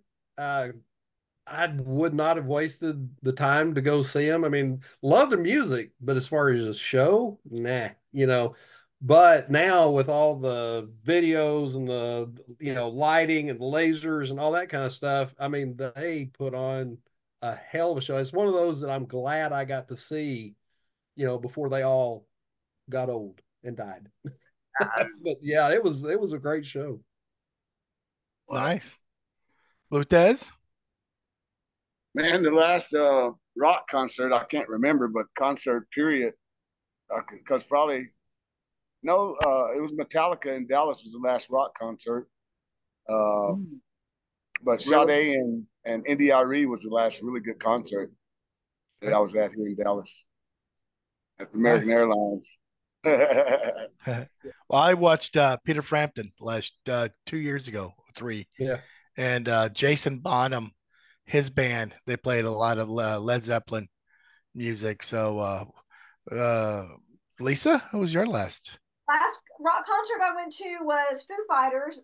They did their opening tour show of their current tour in Dallas, and that was an amazing, amazing concert. But I am going to tell y'all a funny story about that. So I got lawn seats, and it was packed. I mean, you couldn't move through there. And and it was supposed to thunderstorm and rain, and thankfully it didn't happen. But I'm an old lady, so I came prepared. I had a raincoat, and I'm sitting on a slope, and I'm a personal trainer, if you don't know. So I have a very physical job. By the end of the day, I'm really exhausted, and I'm sitting on the ground. I stood up it was a long, long concert. I finally sat down on the ground. I'm sitting in a cross-legged position. This awesome song comes on, and I struggled like hell to get myself up off the ground. And I'm like struggling to get up, and my girlfriend gets up, and I could not stop laughing, and she's like screaming in my ear, "What the fuck is so funny?" I'm like, "We look like a bunch of fucking old ladies." There's all these young people around us. I'm sure. Anyway, I didn't give a crap what people thought. I was so sore I could hardly stand up. But it was a badass concert. They were really, really, really awesome. So Scott, go ahead, Lisa. Sorry.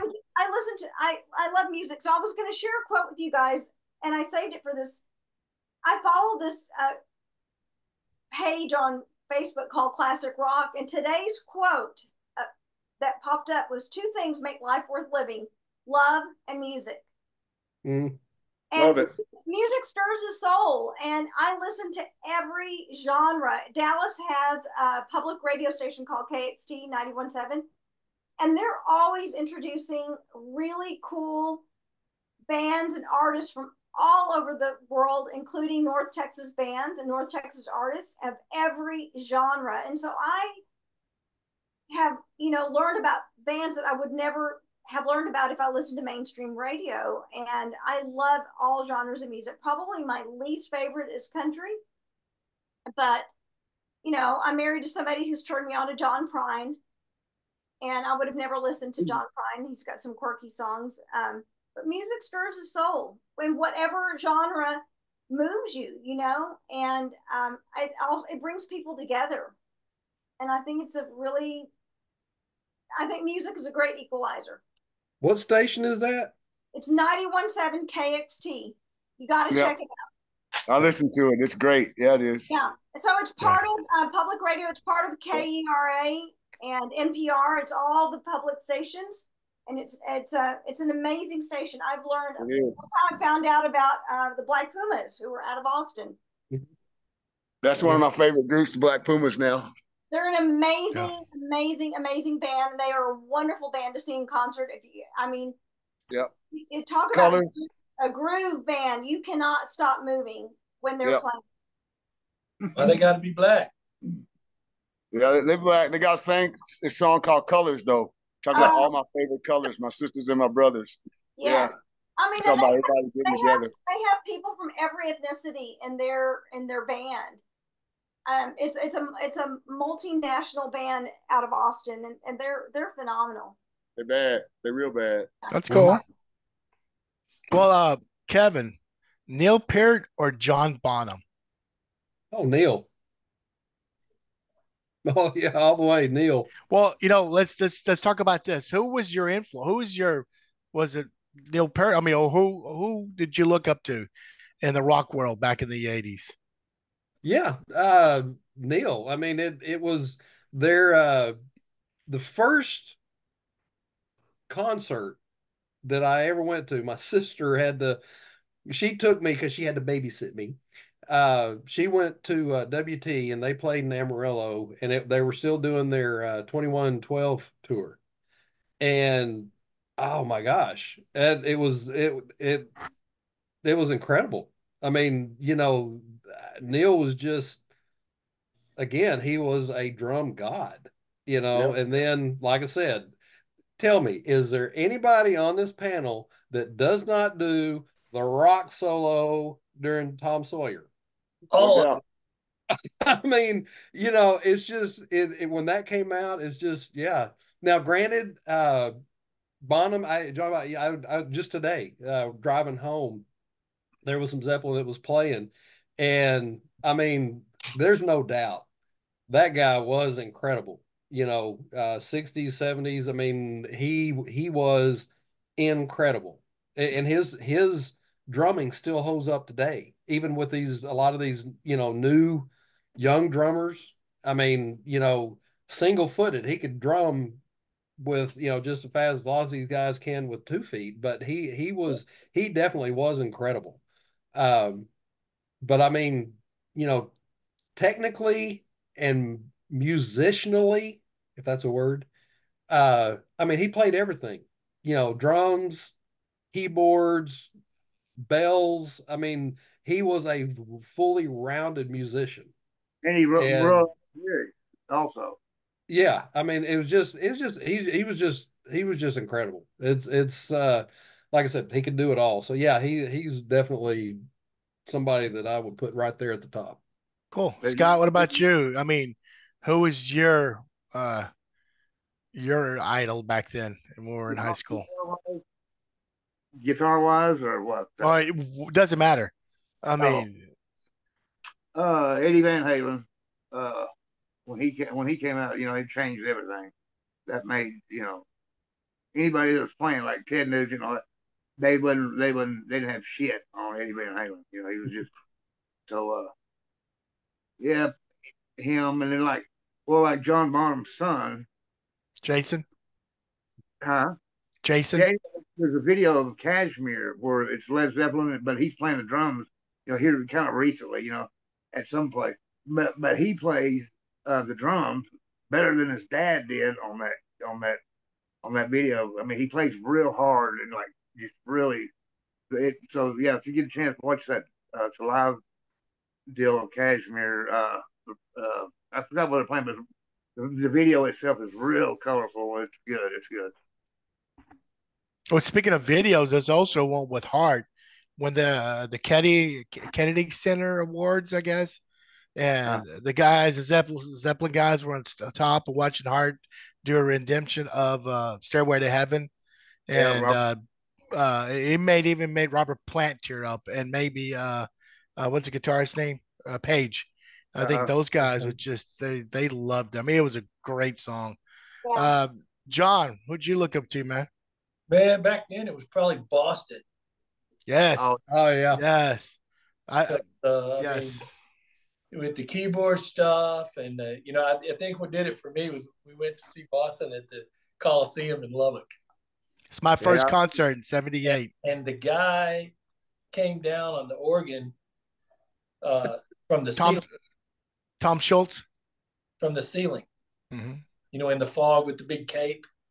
I looked on that one. But hey, Kevin, speaking of skill, don't think I can't play the whole drum line for the 2112 Overture on my steering wheel. Oh, yeah. All of it. I play all of it. Yeah, I always thought that Brad Delp was like the second best voice ever. It's too bad he had to off himself, but he was he had a phenomenal voice. So just musical geniuses, those guys. I like to do that one for Phil Collins. Something in the air. Yeah. Yeah. Yeah. Luthez, what about you, brother? Who would you look up to? Oh man. Hey, it doesn't have to be rock. It doesn't have to be rock. It could be hee hee. I'm a fog hat, and like I said before, oh yeah, man. And I'm a Rolling Stones. Me and Scott did Black and Blue. Aerosmith, the same ones that I put my little influence, my little steps together to So Mick Jagger, Steven Tyler, and some fog hat. Aerosmith may be looking for a new singer. Yeah, I already know.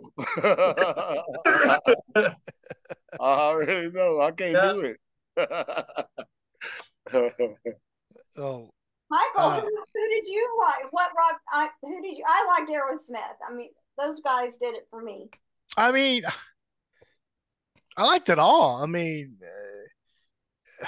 You like Yeah, I was more prone to the late '70s, early '80s. Even though I liked Van Halen, you got the hair bands like Poison, those guys, but they're okay. I mean, now I wouldn't listen. I would turn if any Poison or Cinderella came on, but any Boston, ELO, Kansas, well, if they came on, man, I'd crank it up. Rush, but Foreigner, I'm sorry, foreigner.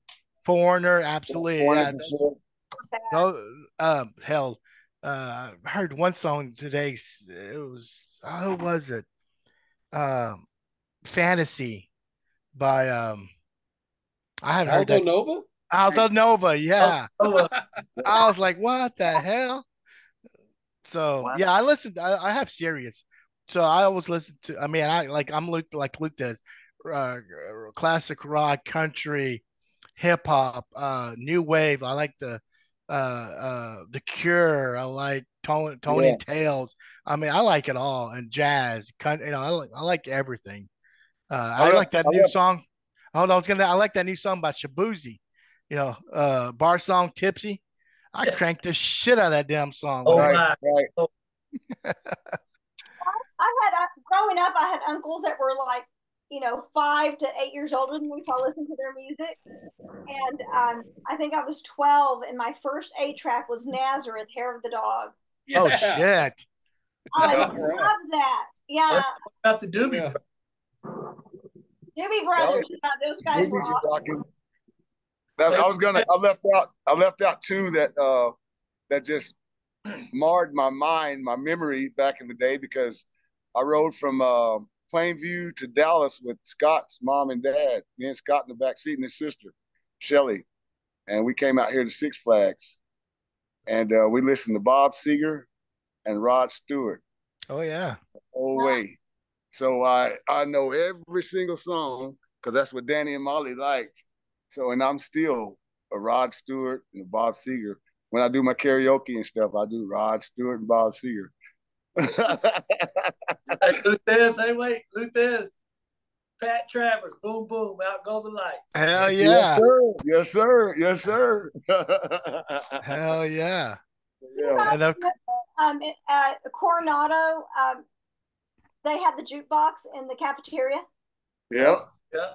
And because let's see, when they changed the schools, so fifth grade for us at Lakeside, sixth grade for some of you at Ash, but then at Coronado, when we all went to Coronado, so you guys were there before us, they had that jukebox. Remember before school started, Absolutely. play anything in the morning before class started?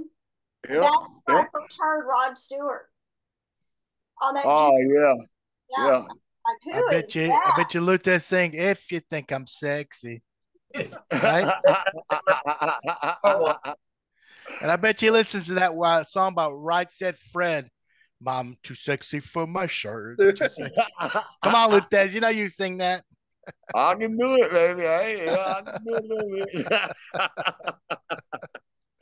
a little Well, bit. Scott, could you have done this band back in the '80s if it wasn't for these guys here? Uh, Seriously. no, no. I would have stayed with it. I mean, them guys made it fun, and that it was we're all brothers and stuff. Yeah, You know. absolutely. So, and Um, I mean, like I said, I've saw you guys a few times, and I was a roadie, but I didn't get to give autographs like Jesse did. So I was in the background. But well, guys, we're up on almost an hour, and 2 hours. 2 hours. I mean, 2 hours. My bad. Yeah, I mean, this is a big, drink of gin and Coke. So no, I'm okay. But yeah, I was looking forward to having you guys on the show when, and when I reached out to you guys and all four of y'all said absolutely. Well, Kevin kind of like, huh, what? Ramp, But ramp. this is definitely a good show and enjoyed it. But yeah, music, man, it's everyone's language. It doesn't matter what part of the world you live in. I mean, it gets people moving. Even if they have a shitty day or whatever, music always brings you back to your happy world. You know what I mean? Yeah, So it does. Yeah, it does. yeah, I mean, Most regardless of what you listen to, and yeah, I mean, if you're gonna study, what do you listen to?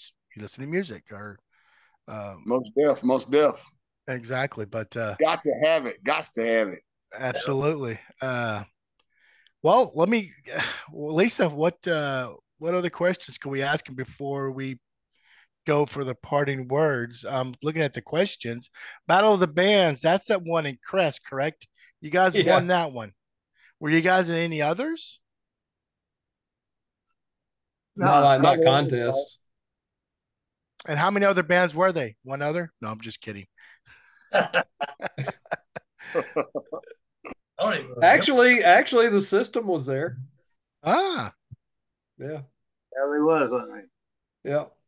they? Yeah. They played way before we did, but yeah, they were We there. smoked them. We smoked them. y'all remember what? Y'all remember what songs y'all played, or song? Or was it a one song that y'all play? Or I know it's 40 plus years ago. I don't remember what we did, but I just remember I worked and worked and worked and came up with my steps and my moves, and I said, we can tear this up. Yeah, you working the crowd on that one. Yeah, we did. I knew we had to go to a different gear, and we dumped it. We dumped it, dog. Yeah, you guys won it. You know they won money, Kevin, but as Luthez says, they got a bag out of it. Maybe a I couple of told bags. Scott, I said, I got 5 on it, dog. I got 5 on it. Okay, so the songs we played, there was on that picture that you Oh posted. yeah. You're right. You're Come right. Together, Misery, Sick as a Dog, and Train. Yep. That's two Aerosmith songs. Sick as a dog. I got Kevin, this. look up. Kevin's money. Your money. Hey, there it is. And I won it. Who played Sick as a Dog? I forgot. Is that Nazareth? No. Aerosmith. Aerosmith? Damn, y'all Uh-huh. did 3 Aerosmith songs and your own song, Misery. Yeah. Well, I had that blonde streak in my hair like Joe Perry, so we were doing this with Aerosmith for sure. All right. That's And cool. he had, I mean, it's like Scott had the swagger, he had the look, he played the same way that Perry did. I mean, he just, it's like you just can't get away from playing Aerosmith with that look, Yeah. it was there. Yeah, it was. Yeah, it was. Okay, I do have one final question. So when y'all played, were girls screaming in the audience? Oh yeah. I'm telling you, Luthez could get them worked up. Yeah. The only thing I saw was that, because he covered the whole stage. He was everywhere, right to left, up front. He was all over. What I come to the saw, back and play the drums with Kevin. what I saw is that the whole crowd would be watching him. So the rest of us could have been just bare ass naked, and they wouldn't have noticed because they were watching Luthez everywhere he went. Yeah. Well, Scott, can you play a little something for us? No, You have, I brought my guitar there, but I don't have an amp. I got. okay. All right. I will. I thought about that too. Yeah. And what was your question, Lisa? That what you ask? I apologize. Oh, my question was, were there girls screaming in Yeah. Oh, that's right. Okay. Yeah. I assume some men too, huh? maybe Jesse in the background. Yeah, Jesse in the background.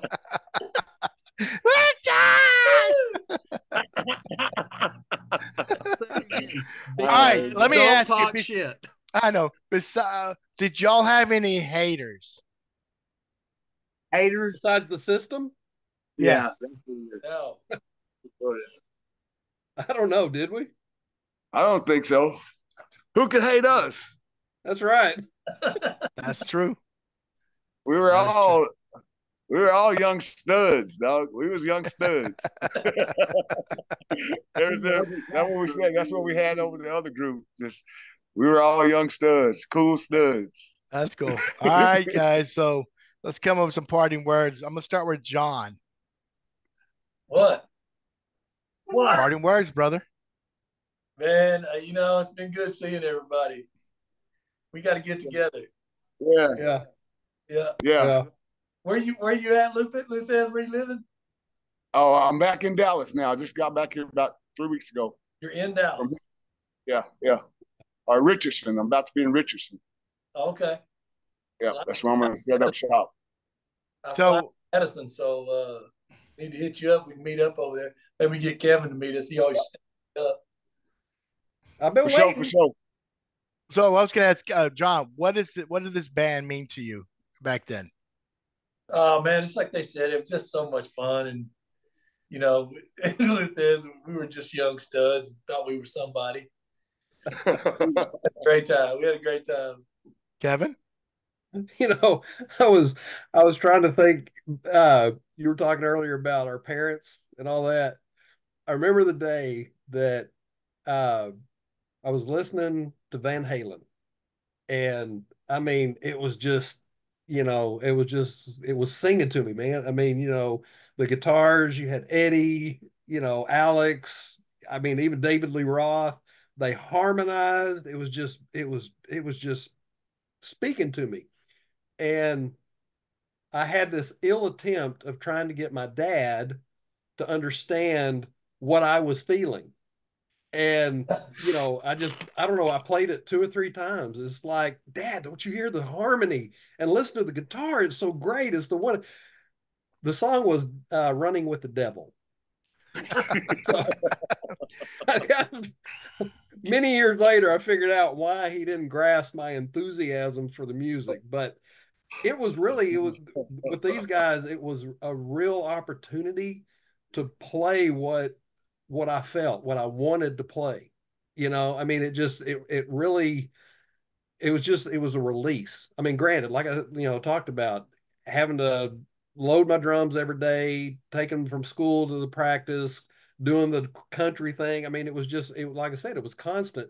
But when it was with these guys, and granted, if you go back and look at the stage band podcast, I enjoyed the hell out of that too. I mean, that was awesome. School, Mr. Burks. I mean, that we played great stuff there. But this was, again, my rock and roll outlet, and I got to play, what I was feeling and what I was hearing and wanted to emulate and be like. And so, yeah, I mean, these guys, they just brought an opportunity that, they still owe me money though. What about you, Luthez? What about you, brother? Yeah, like I said, still just the camaraderie, man, and the, fulfillment. Like I said, I know it's always Scott's dream, to put something together and just to be a part of that, and do it with John and Kevin and other guys that were part of it for a short time. And yeah, it was just amazing, something to achieve. Back in the day when there wasn't too many rock groups around, we did it. Nice. All right, we'll lead up to the band leader. Scott, what about you, brother? What's your parting words?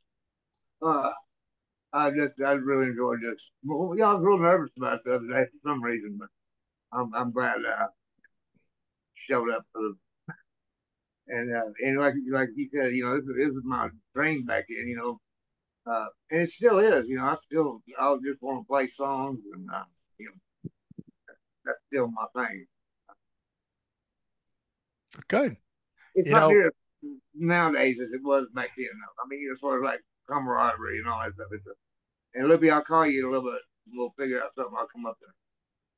All right, that's nice. What's up. When I watched Peter Frampton a couple of years ago, of course, he did one song. What is the song? I woke up this morning with a wine glass in my hand. Oh yeah. Wait, he does the voice box. He didn't say I want to screw you. He says I want to fuck you. Come on, Scott. Yeah. No, he wasn't afraid. It's too bad he got to alcoholism and ruined his career for a little bit, but he's back on track, so that's good for him. Yeah. But anyway, guys, Lisa, you want to do parting words before we say good night to these gentlemen? I know, because John's got to get up early and tee off, so. Yeah, I have to get up early. I have a client at 7. Well, Kevin said something that really jumped out at me, and I think for guys in particular, it's hard, you know, when we're teenagers, you're trying to figure out your feelings and it's hard to express yourself. And music expresses what you're feeling, right? And especially for guys, I think that music impacts you in such a way, especially rock music, that it's an outlet for you to express what you're thinking and feeling. You know, teenagehood is a tumultuous time, you know. You're having this testosterone surge. You're not a kid anymore, but you're not an adult. It's a transition phase. And music puts language and sound and vibration and sensation to everything that you're thinking and feeling that you don't have the capacity to articulate when you're a teenager. And that's why we gravitate to music when we're young, and especially rock music, and especially for guys. I mean, it's for girls too, but you know, girls are a little bit more dreamy and romantic and that sort of thing. But rock music really speaks to dudes, and it gives you a voice for what you're experiencing in your time and age. And I think it's really awesome what you did. And more importantly, just the friendship and the camaraderie. And what a great thing to have experienced. I've had so much fun listening to you guys, and this has been, I was really, really, really looking forward to this. I told Michael this just the other day. Just to hear your stories about this. I had really strict parents, so I didn't get to listen to what I wanted to, or go to concerts. You know, I'd snuck around, and thankfully I had uncles who would, you know, give me 8 tracks and that sort of thing. And mom and dad weren't home. I could play whatever I wanted to, but I did have a rock and roll dad, thank goodness. And I think what you guys did was really, really awesome, and you should be really proud of it. And well, Lisa, we apologize if John insulted you, if he offended you in any way. I apologize if I insulted y'all in any way. Well, you know what? If you guys can reunite and play some songs, you'll see some draws thrown in the stage, and I'm pretty sure it's going to be from draws. The big be some big old chichones. Yeah. I'll take it, dog. I'll take it. At this point. Well, guys, seriously, thank you. This was a blast. We really enjoyed you guys on, and yeah, I've been looking. Even if you guys don't play, but if you guys get together as a group, yeah, have Lisa show up, and we could do a live another podcast. And by the way, I'm getting close to getting the internet, so when that happens, the shows will be live streamed. That's what I'm. That's my big goal, because I live out in the country and I got crappy internet service. But we'll definitely start doing some live, and you know, everybody, let's pray for Lisa for her safety in the next 3 weeks. She's gonna go climb some mountains in Chile. Awesome. So I'm looking forward to seeing some pictures. Yeah, Godspeed, Lisa, and guys, loved you guys, and keep rocking on. Keep rocking on, man. Keep doing it. Scott, Kevin, John, Luthez, peace, brothers. All right, Pluto. All right, Blue. All right. I'll call you. You call me here in a bit. All right, I got you. All right. Holla. Good night, guys. Good night. Thank you all so much.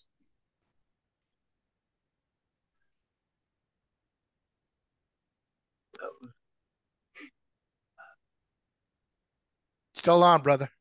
Scott, you're still on. Oh, can you get him off, Lisa?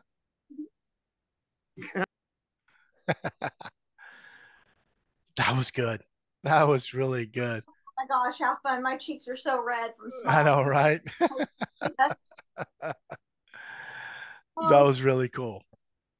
It was really fun seeing these guys. It's always fun talking to Kevin. I'm his 3rd time on, but yeah, just to hear them, I'm like, we didn't have to really ask that many questions, because they just ran with it.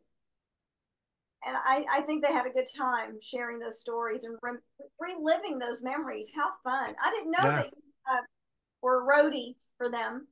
Well, I just did that one for them. I don't know how I I don't know if Luthez asked me or Scott, or I'm like, sure, I'll help out. And there was the class 85 formal. I forgot what we had in 8th grade. What formal? Dan.